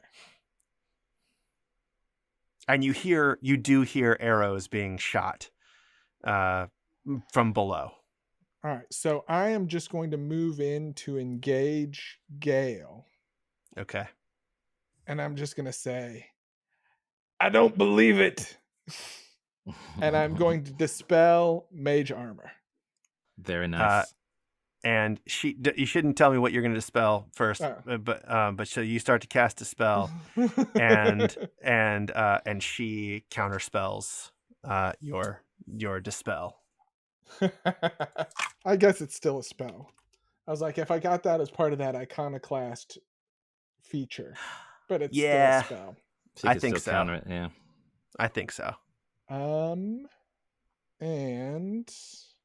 that's it. Okay. Burn those spell slots, baby. Yep. I got to keep track of these, don't I? Yep. All depends on how long you think she's going to live, I guess, right? Look, there's a lot of potential down here. All right. So now, Abel, you're in this room, and there are, there's 5 people. There's Gale and 4 others that are in this room. Oh, Sorry, go ahead. I was like, maybe I should fly You still out. have movement. Yeah.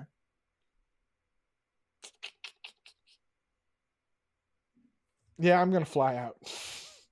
Okay. I'm gonna let the specter take a few hits, and so I am just going to essentially post up at the top of the trap door, so not in line of sight of anybody who's in the room.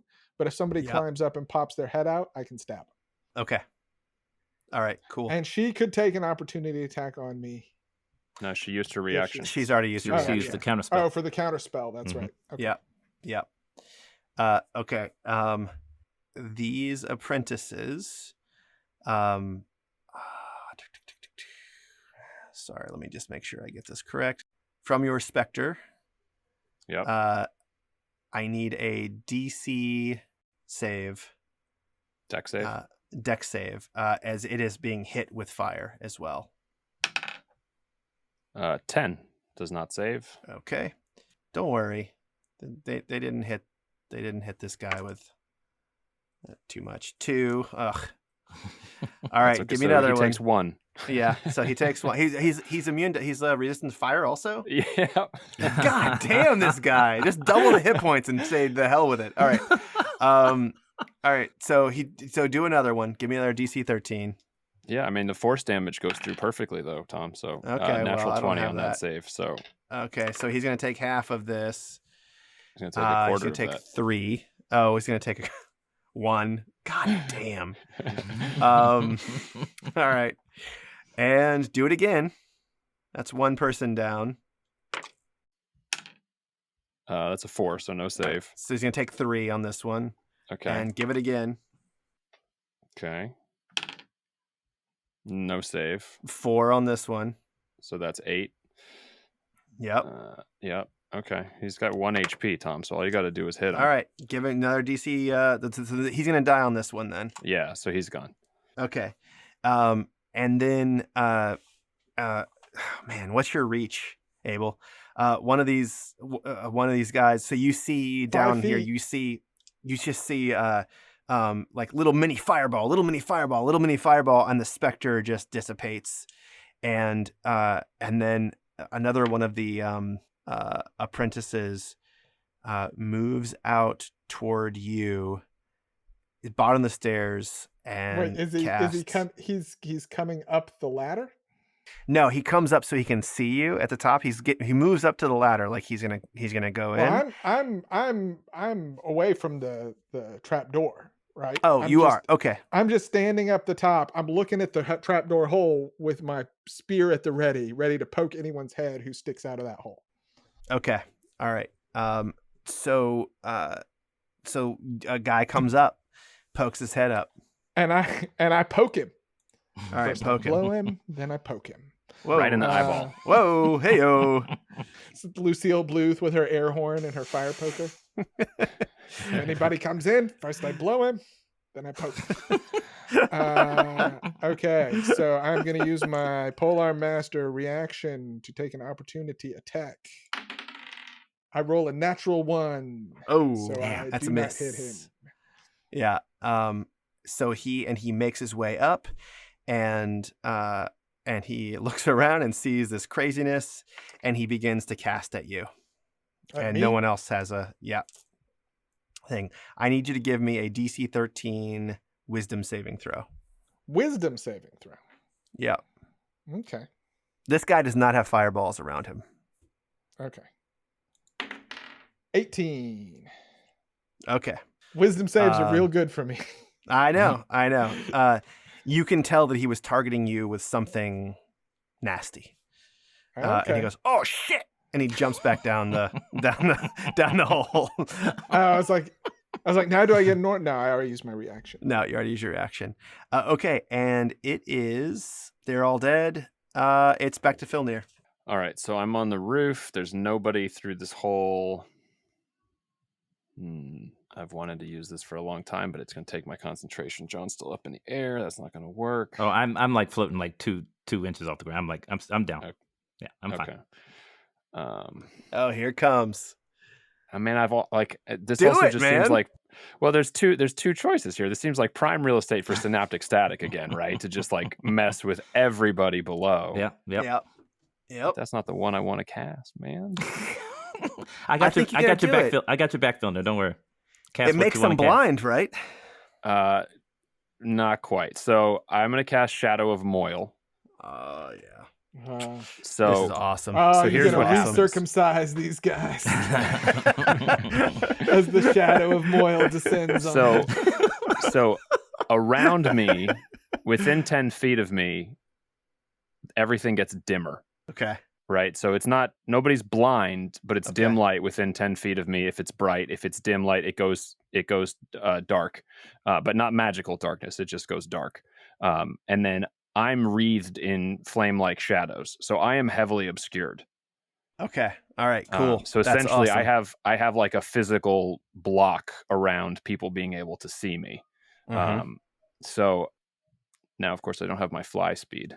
I guess I could have moved in first, if we can say that. How far is it? Like 15 it's feet? not at far. 15 feet to the ladder. You can jump down. It's 7 feet down. You can land on your feet. Okay. Yeah. So I'm going to go engage Gale.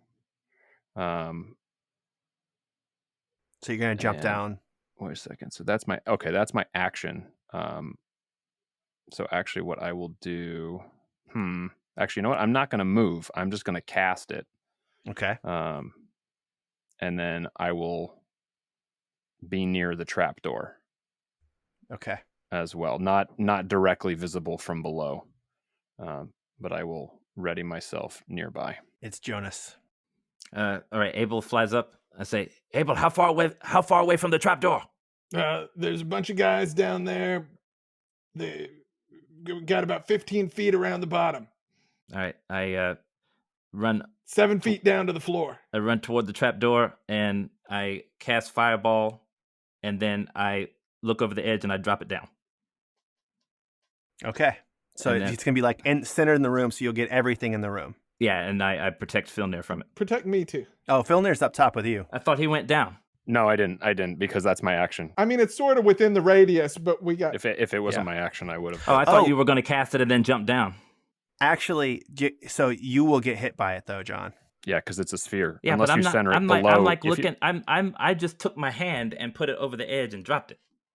It's 7, so it can move around corners though, and it's a sphere, right? It's not like a thing. So it's 20 foot radius, right?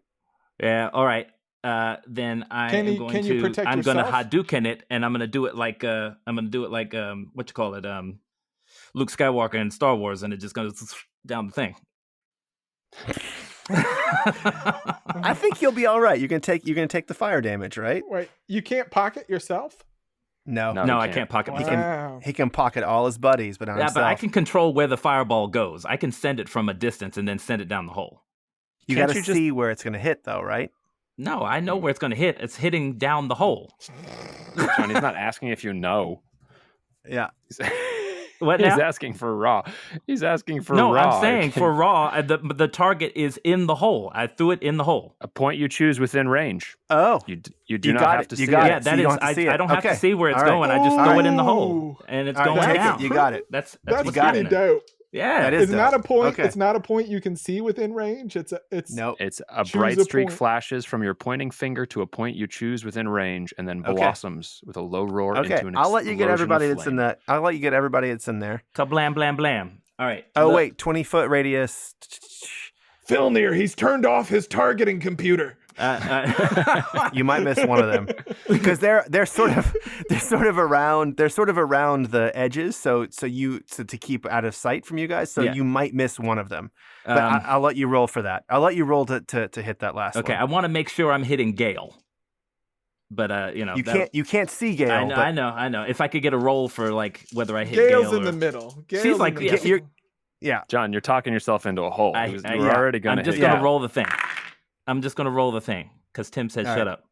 All right, look, that is All right. all right. Look, listen to me, Tom. That is I'm listening to you. That Look, is- listen, Tom. listen to me. That is 28 damage, but in powered evocation, it is actually 32 damage. Oh man. 3 Wait, don't you sixes get- and 3 do you- ones. Do you get to re-roll ones or anything? And I don't No, get to. he I doesn't don't do get. all that I don't get all that stuff. stuff. I That's a just get to sorcerer add 4. thing. I just get to add 4 to my damage. Now Okay. listen, 32. I'm ready to adjudicate this, and I'm about to do it. But I'm really surprised you went with a 3rd level. That's all I'm saying. That's all I'm saying. All right. He's So- testing the waters. He wants to see how big these boys are first. I want to see what's going on. Yeah. All right. Gale is first. Gale saves. Ugh. So Gale's gonna take half. Half. 16. Yeah. All right. I'm not worried about Gale. I'm worried about Gale's apprentice. I see a bunch of casters, and I need to wipe the casters off the map. Yep. Now, Mel's minute meteors is concentration. So she's gonna have to save on this one. Let's see this. And she doesn't have advantage or anything like that on this. And she is gonna be all right. That's a 14. Son of a bitch. But all right, man, this is rough. This is rough because you got Gale's apprentices are not Gale. So here we go. Wouldn't it be weird if they were? If they were, they totally were. As long as All there's right. some coffee downstairs. This one fails. Fancy coffee maker. And she keeps her concentration. But on not dead. Not dead. Nope, not So dead. wait a second. The DC on her concentration check is 16. So she got a 20. No, the Because first it's one, Gale's, right? Because it's 10 or half the damage.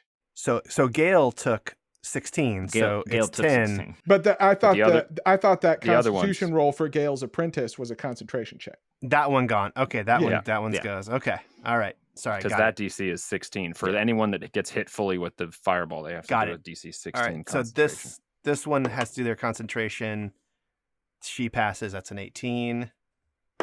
This guy fails this thing. So this is going to be a DC 16 to keep his thing up. Okay. Ooh, 17. He kept it 17. Okay. God damn. And this one, Waste all He's those not- good rolls now.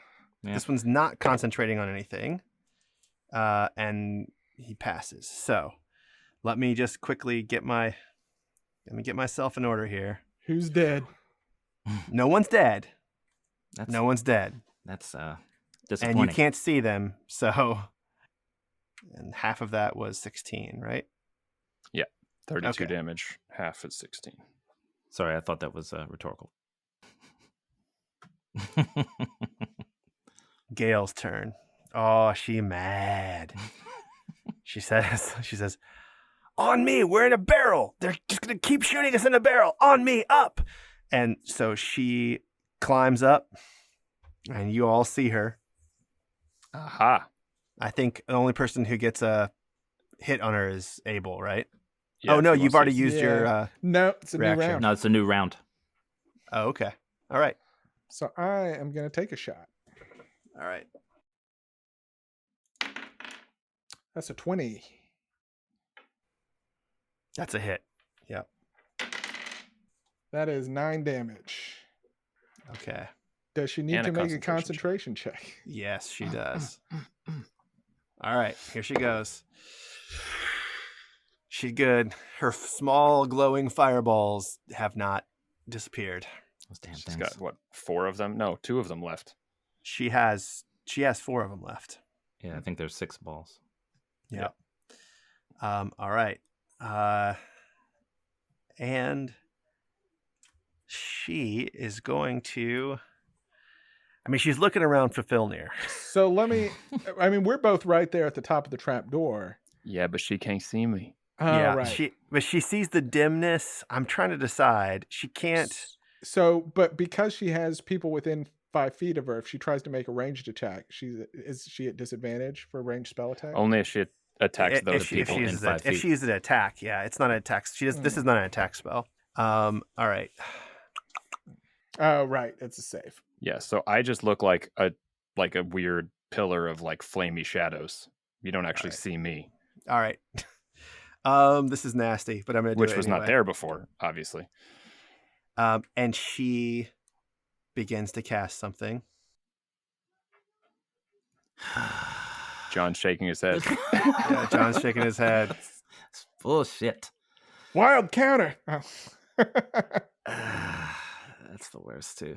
All right. 5th level counterspell. Ooh. Oh, John, You got her. Oh, dude. Oh, that was going to be bad. Oh, wait. Oh, wait. She's going to try to counter you with a 3rd level spell. All right.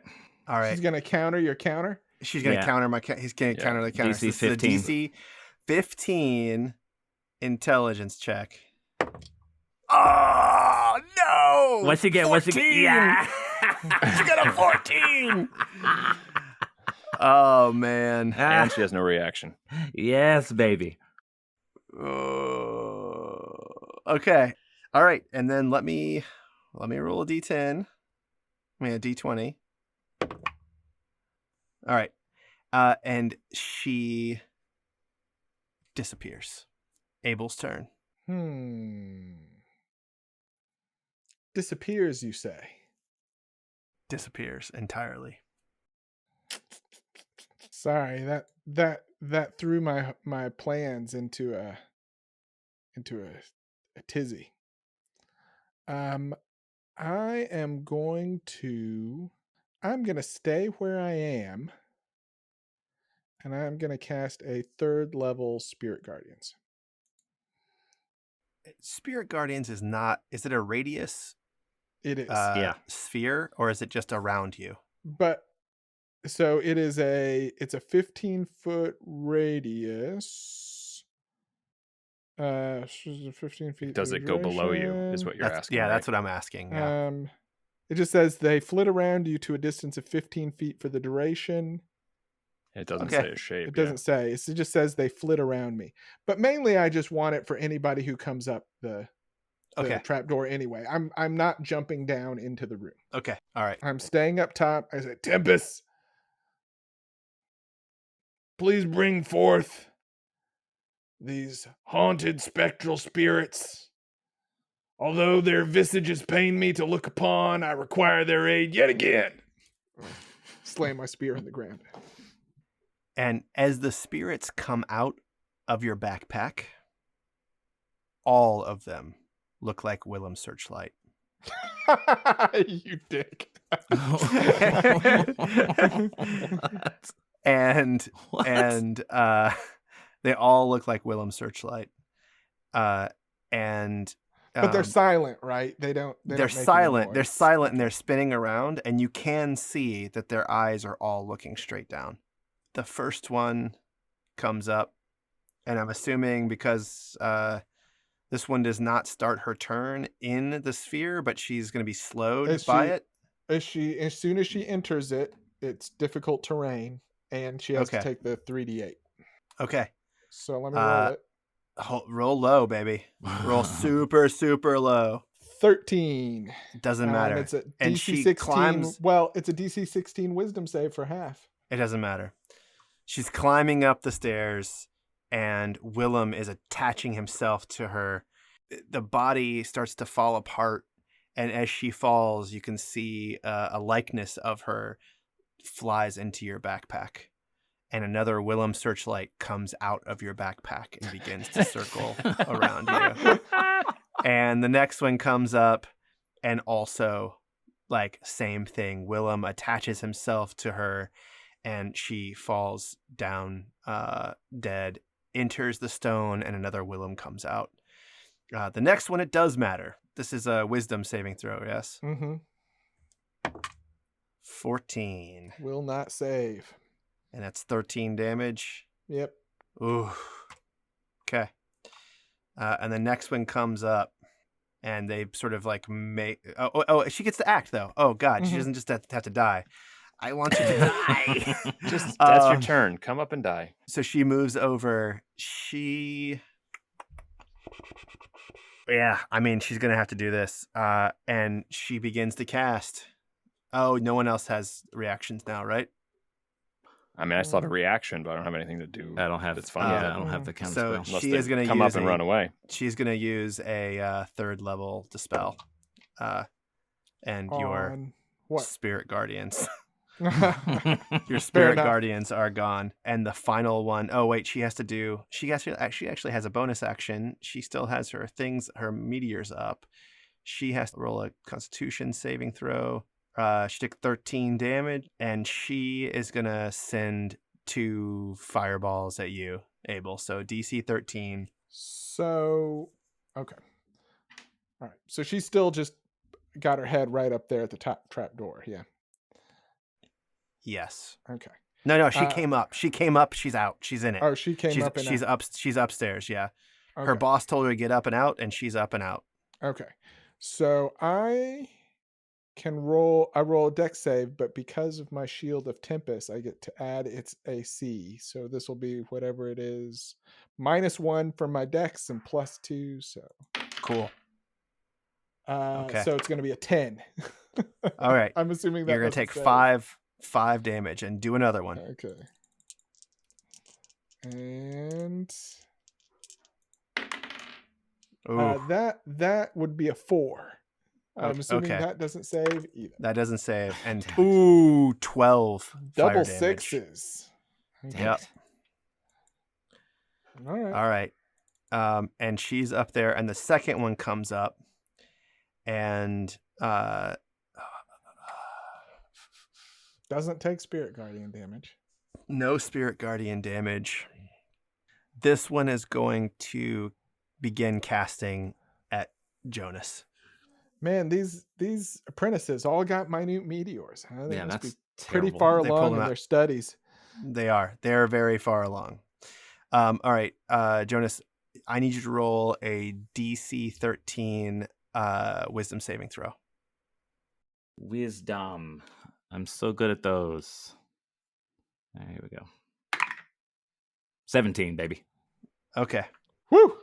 Woo. Damn. And nothing happens to you.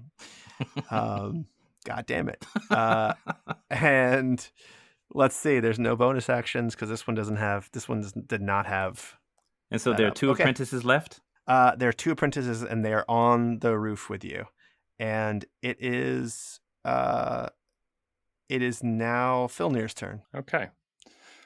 So the Shroud of Darkness will move toward them. And from unseen, they gonna get slashed at. So with advantage, 21 to hit. Which one are you attacking? The The one that there's the one that dispelled the spirit guardians, and then Do they there's both- the one which- that did not. one has meteors up, right? Yeah, the one that Oh. dispelled has Yeah, meteors I'll up. attack the one with the meteors. Okay. Okay. 9 damage. You sink your sword in, and she just looks you in the eye.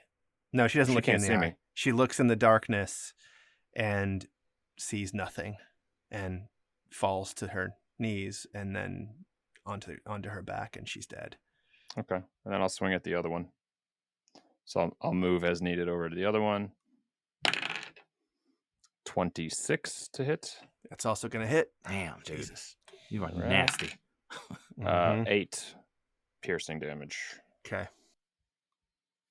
And then this one calls out and says, "Mother Gale, help! Help!" She's still alive. Okay. right. That's my turn. And it's Jonus. You have a moving, floating darkness, killing everything that it touches, and one young apprentice. And I didn't see what happened to Gale. Nope. I saw her go invisible. Did I hear footsteps or anything? Nope. Oh, sorry. I have one more thing. Filnyr, could you give me a perception check? Yeah, sure. 14. Okay. All right, Jonus. Sorry. I really want to do this, but I hope it's not a waste. I'm going to take out the rope of climbing, and I'm going to. Is fly is gone, huh?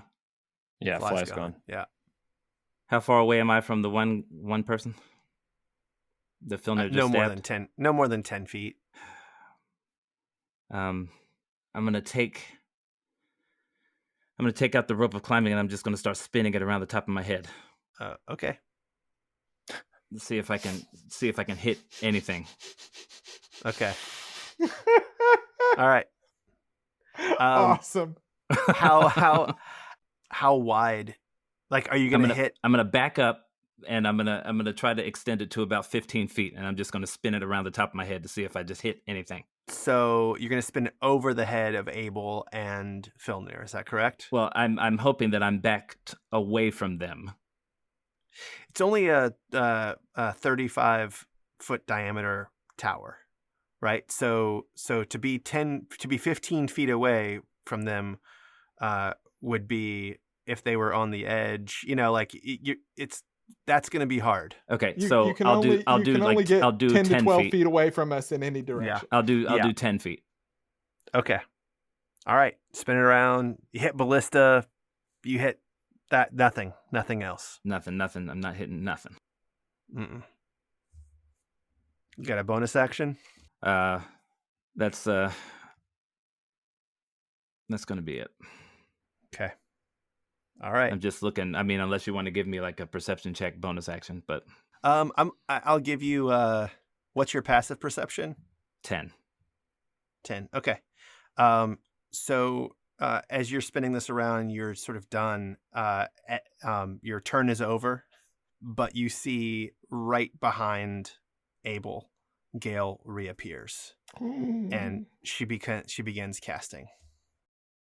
And we're at a new round. I've got my damn counter spell back. Now, all right. 4th level counter spell. Okay. DC 15. All right, come on here. Shit. 7. Okay. so does her reappearing count as entering 5 feet No. of my range? No. A creature, So- other creatures provoke an opportunity attack from you when they enter the reach you have with the weapon. So she doesn't really enter the reach of the. So after this is over, I will tell you what she's done. Okay. This is not going to cause an opportunity. Specifically, the thing that she is under mentions that does not provoke cause opportunity attacks. opportunity attacks. Yes. All right. So she begins casting, and with her knife in her hand, she swings at Abel with advantage. All right. Does a 15 hit you? It does not. Yes. All right. Jonus, does a 12. Wait, nope. Sorry. One more. A 19 hit you. I used my reaction. Yeah, that hits. All right. You are going to take 29 damage. She has like sort of moved. She's missed one. She's does the next one. Let me look at the spell description to see if she's allowed to target Filnyr. She has advantage. It's a melee spell attack. So actually, Sam, would a 19 have hit you? Now hold on a second here. I sorry. I Gotta rolled. add the I spell rolled. attack bonus. Yeah, I didn't do the spell attack bonus. I rolled. Well, It's wait a already second. plus Then 5 though. I was going to say she gets her spell attack bonus, but then she doesn't get her dex attack bonus. No, so her spell attack bonus is a 9. So a 15 plus 4 This lady's would be nasty. 19. Yes, a 19 will hit. All right, so that's 29 damage, and then I don't believe she's allowed to attack because she cannot see Filnyr. And so she ends her turn right next to Jonus. And let me roll a d20. Who is on the edge, right, of the tower? Yes. and she disappears. She can disappear on the same that turn. I don't know what in the heck you're doing, All right. Mr. Blaylock. Yeah. It's a spell, man. She's got It's a some spell. kind of. Yeah. All right, and it is Abel's turn. She can't just be invisible and inaccessible the whole time. That's crazy. Well, so here's the thing. If she... I've seen something like this before. Is this not what Waverley used at the Battle of the Briar? Yeah, and I think she can sort of end up wherever she wants at the end of it, right? But doesn't that have to end up somewhere at the end of it? Not end up in the void? Well, no, what I'm saying is she could be she like could be down in the room downstairs. below. She Got could it. be... Yeah. And when she disappeared originally... It's not what you think. If you're walking, she just cast Steel Wind Strike. That's not what's at play. She's here. got something else going Got on it. top of it. Yeah. Okay. Well, I'm going to go over to Steel Wind the Strike is not to the concentration. That's just once. apprentice who remains. And Okay. I am going to attack that apprentice. All right. 26. 26 hits. 13 damage. Okay. Alive. All right. I am going to use... What am I going to do for my bonus? I think That Tim just alive figured sounded- out what's going on. I think that alive just sounded close enough. Like there's not very much left. Yeah, no, it's not in the close. tank. Yeah, it's not a lot. Not a lot. I'm just going to War Priest and do an attack again. 20. Will hit. 6 damage. All right. Tell me what you do. How do you kill this one? I just put the spear through him and then kick him off of it back down the trapdoor hole. Okay. Ah, Does he nasty. land on Gale? Nope. Okay, it is Filnyr. So there are no more apprentices. No. Man, I want you to do something, but I just can't tell you to do it. Sorry. Yeah. You are the only one who has a chance of seeing where Gale is. That's my clue to you. That's my meta That's your clue. biggest hint. That's the biggest hint I can give you. Yeah. Detect those thoughts, baby. I don't have any more spells, guys. Come on, Tim. Yeah, and it's not a spell. Mystic Arcana No, or it's something. not a spell. No, it's not a spell. Now, wait a I second. don't have. If don't she have does Mystic this Arcanum thing yet either. again, can you ready an attack for when she appears? Oh, for sure. Right? Even if Yeah. if whatever she's doing does not provoke opportunity attacks, a ready to attack should still be able to hit, I would imagine. Yeah, and then I can use Warcaster for Booming Blade. But I don't know if she's actually moving. I forgot to even take the advantage on my con checks. Not that it mattered. For Fly. So much stuff. Yeah, I mean, I want to ready Eldritch Blast when I see her. Okay. Jonus. That crap. With Eldritch Blast, when you ready it, you get to fire both bolts. Yeah. Is that right? Okay. Yeah, just presumably they have to be at the same target in order for this to work. Okay. My turn. All right, Jonus. Yep, you. That mess hurt really bad, so I'm going to cast Mirror Image. Wait and listen. All right. And oh man, let me see what she's going to do. Tell me how you guys are standing. I'm standing near the center of the tower by the trapdoor. And Filnyr is too. Man, I'm on the opposite edge. side of the presumably- trapdoor from me. Yeah. Yeah, I'm, on the I'm, okay. opposite side of I'm where on the this- edge because I was swinging the... Still, are you still swinging that rope around your head? I mean, I have it with me to do that, but I had to cast Mirror Image. All right. All right. It's going to get bad, guys. So she reappears on the other side of the tower, opposite Jonus. So you want to get your Eldritch Blast off? And again, I'm attacking from hidden because she can't see me, so I get advantage on both of these. Yep. I rolled 2 17s, which is 25. Yep. And then how far is she from me? About and 10 feet. Pull. And how far is she from Abel? Yeah. Oh, I'm going to pull her. You guys are next to know. each other. Yep. Yeah. You guys are next to each other. Yeah. So 5 force damage, and she gets pulled toward me. Okay. On the first blast. When she enters my range. The second blast is a 17. Wait. Okay. Hold on. Well, actually, she has to do a concentration check on that first one, if there's any concentration. She's not concentrating on anything. Okay. I can use my reaction to give that a +10, or I can use my reaction to take my opportunity attack.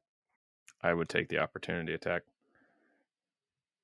I don't think the 17 is going to hit, but the 17 also hits. Yes. 4 more damage. All right. And Abel, she has entered your space. All right. 14. Now, I don't have to use a reaction to give myself +10, which I will do to make it a 24. 14 might have hit. I don't know. 24 hits. 24 does hit. Yeah. 9 damage. All right. All right. So she gets pulled. She's like, oh. She moves around a little bit so she can angle it, and she begins to cast. Does she walk away from me? No. She she stays within 5 feet of both of you, and she's casting something. They're gone, guys. My slots All your are spell gone. slots? My slots are gone, guys. 5th level counterspell. Really? I'm glad we got that rest and got the 5th levels. So she's going to counter it. It's a DC 15, right? DC 15. God damn. Oh my god. Caster battles are shitty. It's so awful. All right, so it's a DC. No, I said no first. No. All right, DC 15. Here we go. DC 15. 23. God damn it. I counter your counter. Mageling, die! And her fingers begin to ripple with electricity, and she sends a... This is all she's got left. I shouldn't say that. She's got lots left. She's got lots left. Don't worry, guys. She's got so much. This is upcast. I look at Abel. Get me up. And a lightning bolt shoots, and it's going to hit all 3 of you. It arcs out from her hand straight across the tower. It's it's a DC 17 dex save. This might be time to pull out my inspiration. We shall see. God damn.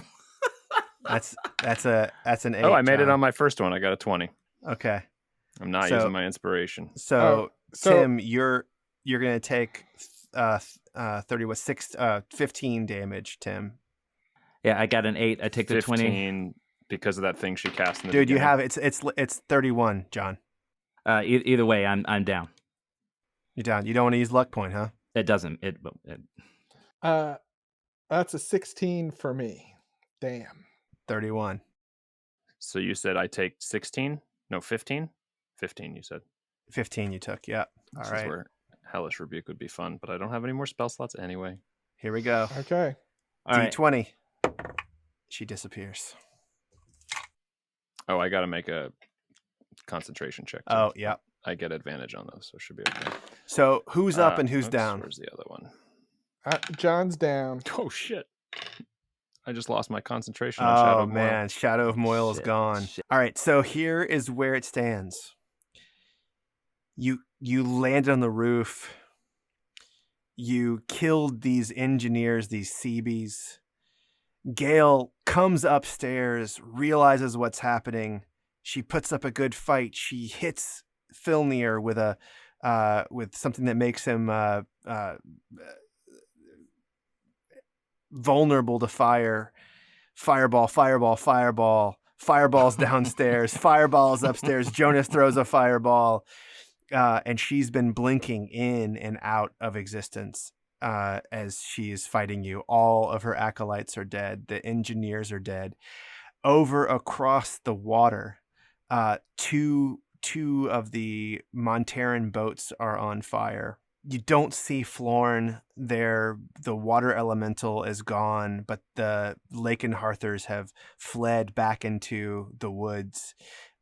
Felipe Madamba is making his way toward the Monterran boats, and the last boat that's still standing of the Harkies, and arrows are still flying at the Monterran soldiers that have just dispatched their water elemental as they make their way to the tower. Guys, do you have a few more minutes in you? Yeah, especially because All it's right. my turn. All right. Let's keep going then. And it's you. And Gale is gone. All right. Well, Filnyr is alive and well, but well seen, and Jonus is down. I'm going to go over to Jonus. It's like, because I was like, if I was going to just throw him a bonus action healing word and get him up, but I don't have anything else to do with my action anyway right now. Really. Unless you hold it. Unless I hold it. Maybe she doesn't have many spells left. Yeah. Just get me up and I can drink a potion or something. Nah, I'm going to do this. I'm going to go over to Jonus, and I'm going to cast a 5th level Cure Wounds. Ooh. Get you right. Okay. So that's going to be 5d8. So that's 23 plus 4, 27 Wow. hit points back. Thank you. I got a question. I cast mirror image. Do my mirror images get back up with me? It's not a concentration spell. Does it say until you're incapacitated? I think it's just until the time's over. Check. I'm Look at gonna check it. Look at it, because some of those things stay with you. It says 1 minute until the spell ends, so they They're they still mimic your actions. Yeah. So They all fell down. and they all even as he was down, there were still like 5 Jonases. Now, here's the question for you: does Sam have to roll if he's targeting the correct Jonus to do the cure wounds? Nah, I won't do that. maybe one of us fell down and the other No, ones are it's still only standing. if they target you. No, it's only if they target with an attack. With attack. Okay. All right. And then I'm going to move over to stand by Filnyr. All right. And it is Filnir's turn. What do your elf eyes see?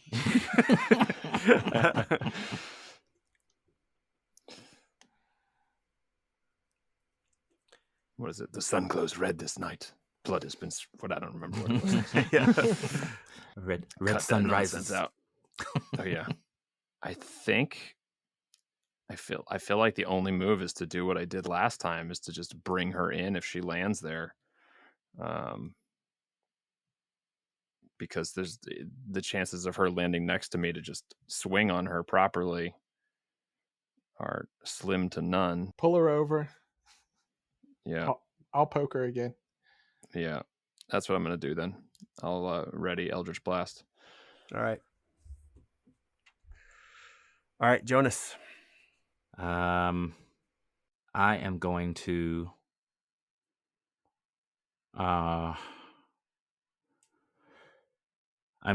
throw the rope of climbing on the woman when she gets hit with an Eldritch Blast.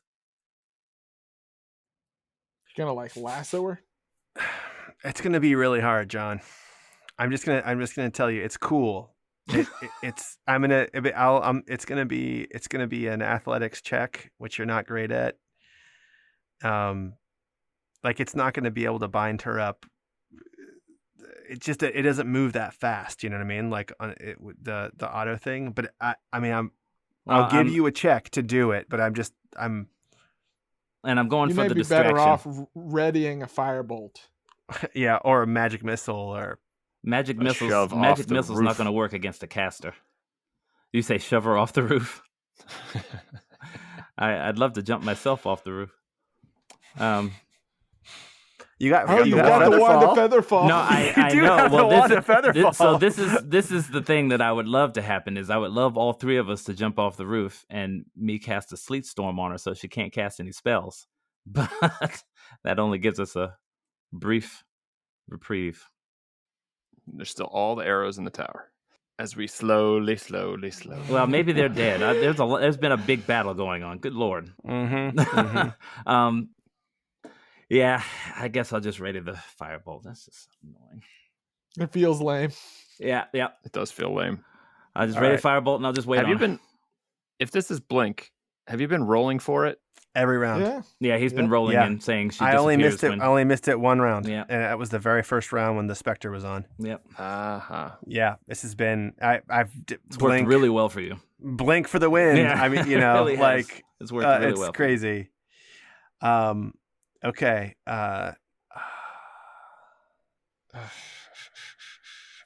All right. So she appears at the back side of the wall, about where she was last time. All right. All right. Well, Filnyr. let's do it again. A 10, I'm guessing, will not hit, but I guess. So she immediately counterspells your Eldritch Blast. Okay. My firebolt is Interesting. 19. No, it's not. That hits. It's just it's not a 19. That's for damage. It's just 15. 15. I'm gonna use my reaction to give it plus 10. Okay. All right, 25. All right, that hits. Sweet. All right. And then that'll be 16 damage.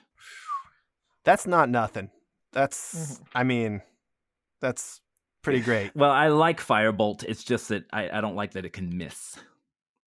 I know. I'm aware. Okay. So this is the last. I mean, she would just know what she wanted to do here. Oh. And she is going to. This is going to be fucking nasty. How does she still have spell slots left? That's She has a big one. She has one big one left. Because she's just been casting and countering and casting and countering. All right, who has the? I've She still got has slots cast left too. Four counter spells, I think.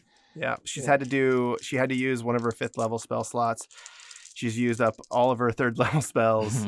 She's used up all of her 4th level spells. She has this one 6th level spell. Son of And a bitch. Here it goes, Hoping guys. she wouldn't have Wait. Coup de grace. Can we wild counter? All right. You can try. All right. 4th level wild counter. Oh, Okay. So what does it do? What does a 4th level wild counter do? You tell me. It's All right. So we're we gonna gotta both do add. a So lot I of get crazy It's math been a all of while a sudden. since It's we've been a done minute. Yeah. this. So Been no, a no, I know. while. I know. All well, right. wait, now so wait a second. You could just do a 4th level counter spell, right? But it But won't. I just wild said counter 6th gives me. level. Yeah, it's a 6th level spell. 4th level won't do anything, and I still have to roll it. At least with the wild counter, we both roll, and I can still. I thought you still got the ability check with No. the counter spell. The counter No, spell, I if still have it's- to roll a DC 16 intelligence check. Yeah. Right. Regardless, Doesn't if matter it's what not level. 6th level or higher. Yeah, it doesn't matter what level I cast it at. So I'm going to try the wild counter at 4th level. Okay. All right. So 4th level, you're gonna add 8 plus your spell modifier. Yep. On this one, which is what? What is that? You My got spell plus 4? my spell attack bonus or just the intelligence? The your intelligence is your plus 4. intelligence. Intelligence is All plus right. 4. So that's 12. So she gets 12 plus 5. That's 17. So the difference there is 5. So you're going to roll a straight D20, and she's going to get a D20 plus 5. Okay. Not great, but goddamn. 9. All right. All right, here we go. 19. Jesus Christ. All right. Let me roll my right, the spell's definitely gonna go off, but let me get my Now I got your table. You want to see what the wild counter option would have what's been? the wild? No, what's the wild she option? still No, she, it still she still has to roll. She still has to roll. On No, the but I wild mean, table. what happens? Yeah, what happens is what's the wild thing I that happens? I thought it was always the choice between the wild thing or the spell proceeds. Only if as- Jonus wins. Only if I won. And then he gets to choose. Otherwise, she gets to choose, Yep. right? Yep. Which is weird because how does she even know what's happening? But yeah, It's just wild. It's just wild magic. wild magic It's like surge, basically it works. It works on. Okay. Here's what we're gonna do. You're gonna roll your roll it Just roll d20. d20. 4. Okay. Oh yeah, she's just gonna let it go off. She's gonna let it go off. That's not a helpful one. All right. All right. Thank goodness. So Sort of. this is gonna be crazy, guys. She's gonna let all your clothes disappear. All right. Who has the lowest number of hit points? I do. No, me. I'm pretty Oh. sure. What do you I have? 5. Oh. 5. Abel's asleep. 65. All right, who has next? probably it'd be Jonus I because have he's 27. Yeah, he definitely had less than me. All right, so 27, 33 are left. How many hit points do you have? 33. Oh, you gotta be kidding me. Oh my god! So you guys Wait, all let's double check that math again. 5. all right. 5. So and it's how much do you 65. have? And you have 27. He had 27, and I have 65. God damn it. That is uncanny. Son of a You bitch. rolled All the exact three of number you. of hit points we had Son left. of a bitch. All 3 of you pass the fuck out for a whole minute. And thus ends episode 49 of the Dungeon Jesus Dads Christ. podcast. Jesus, this was a behemoth, man. Holy Oh shit. my god. Oh, we man. could have split this one. Oh my god. There was a moment we where should. I was going to, yeah. Yeah. Wow. My fucking counterspells, man. Shit. All right, well, toodaloo. Come back to the Toodaloo, bonus everybody. patron subscribers. Right? If you're not on Yes. Patreon, Yep. hop in there. Yep. Come join us, support us. There's so many goodies. And if you don't feel like spending some money, go drop a review on Apple Podcasts. We still love those 5s and Podchaser. scribes, guys. Gotta Still get means a them lot 5 to us. subscribes. 5 And then tell some subscribes friends. are free. And That's we right. Bring them along for love the 'em. drama. We love them. All right, everybody. Toodaloo.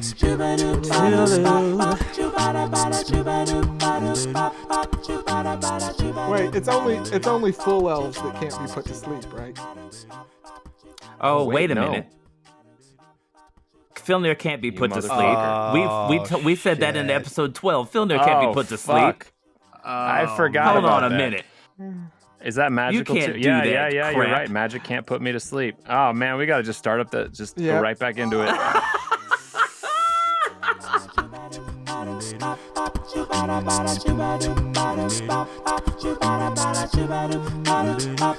Bada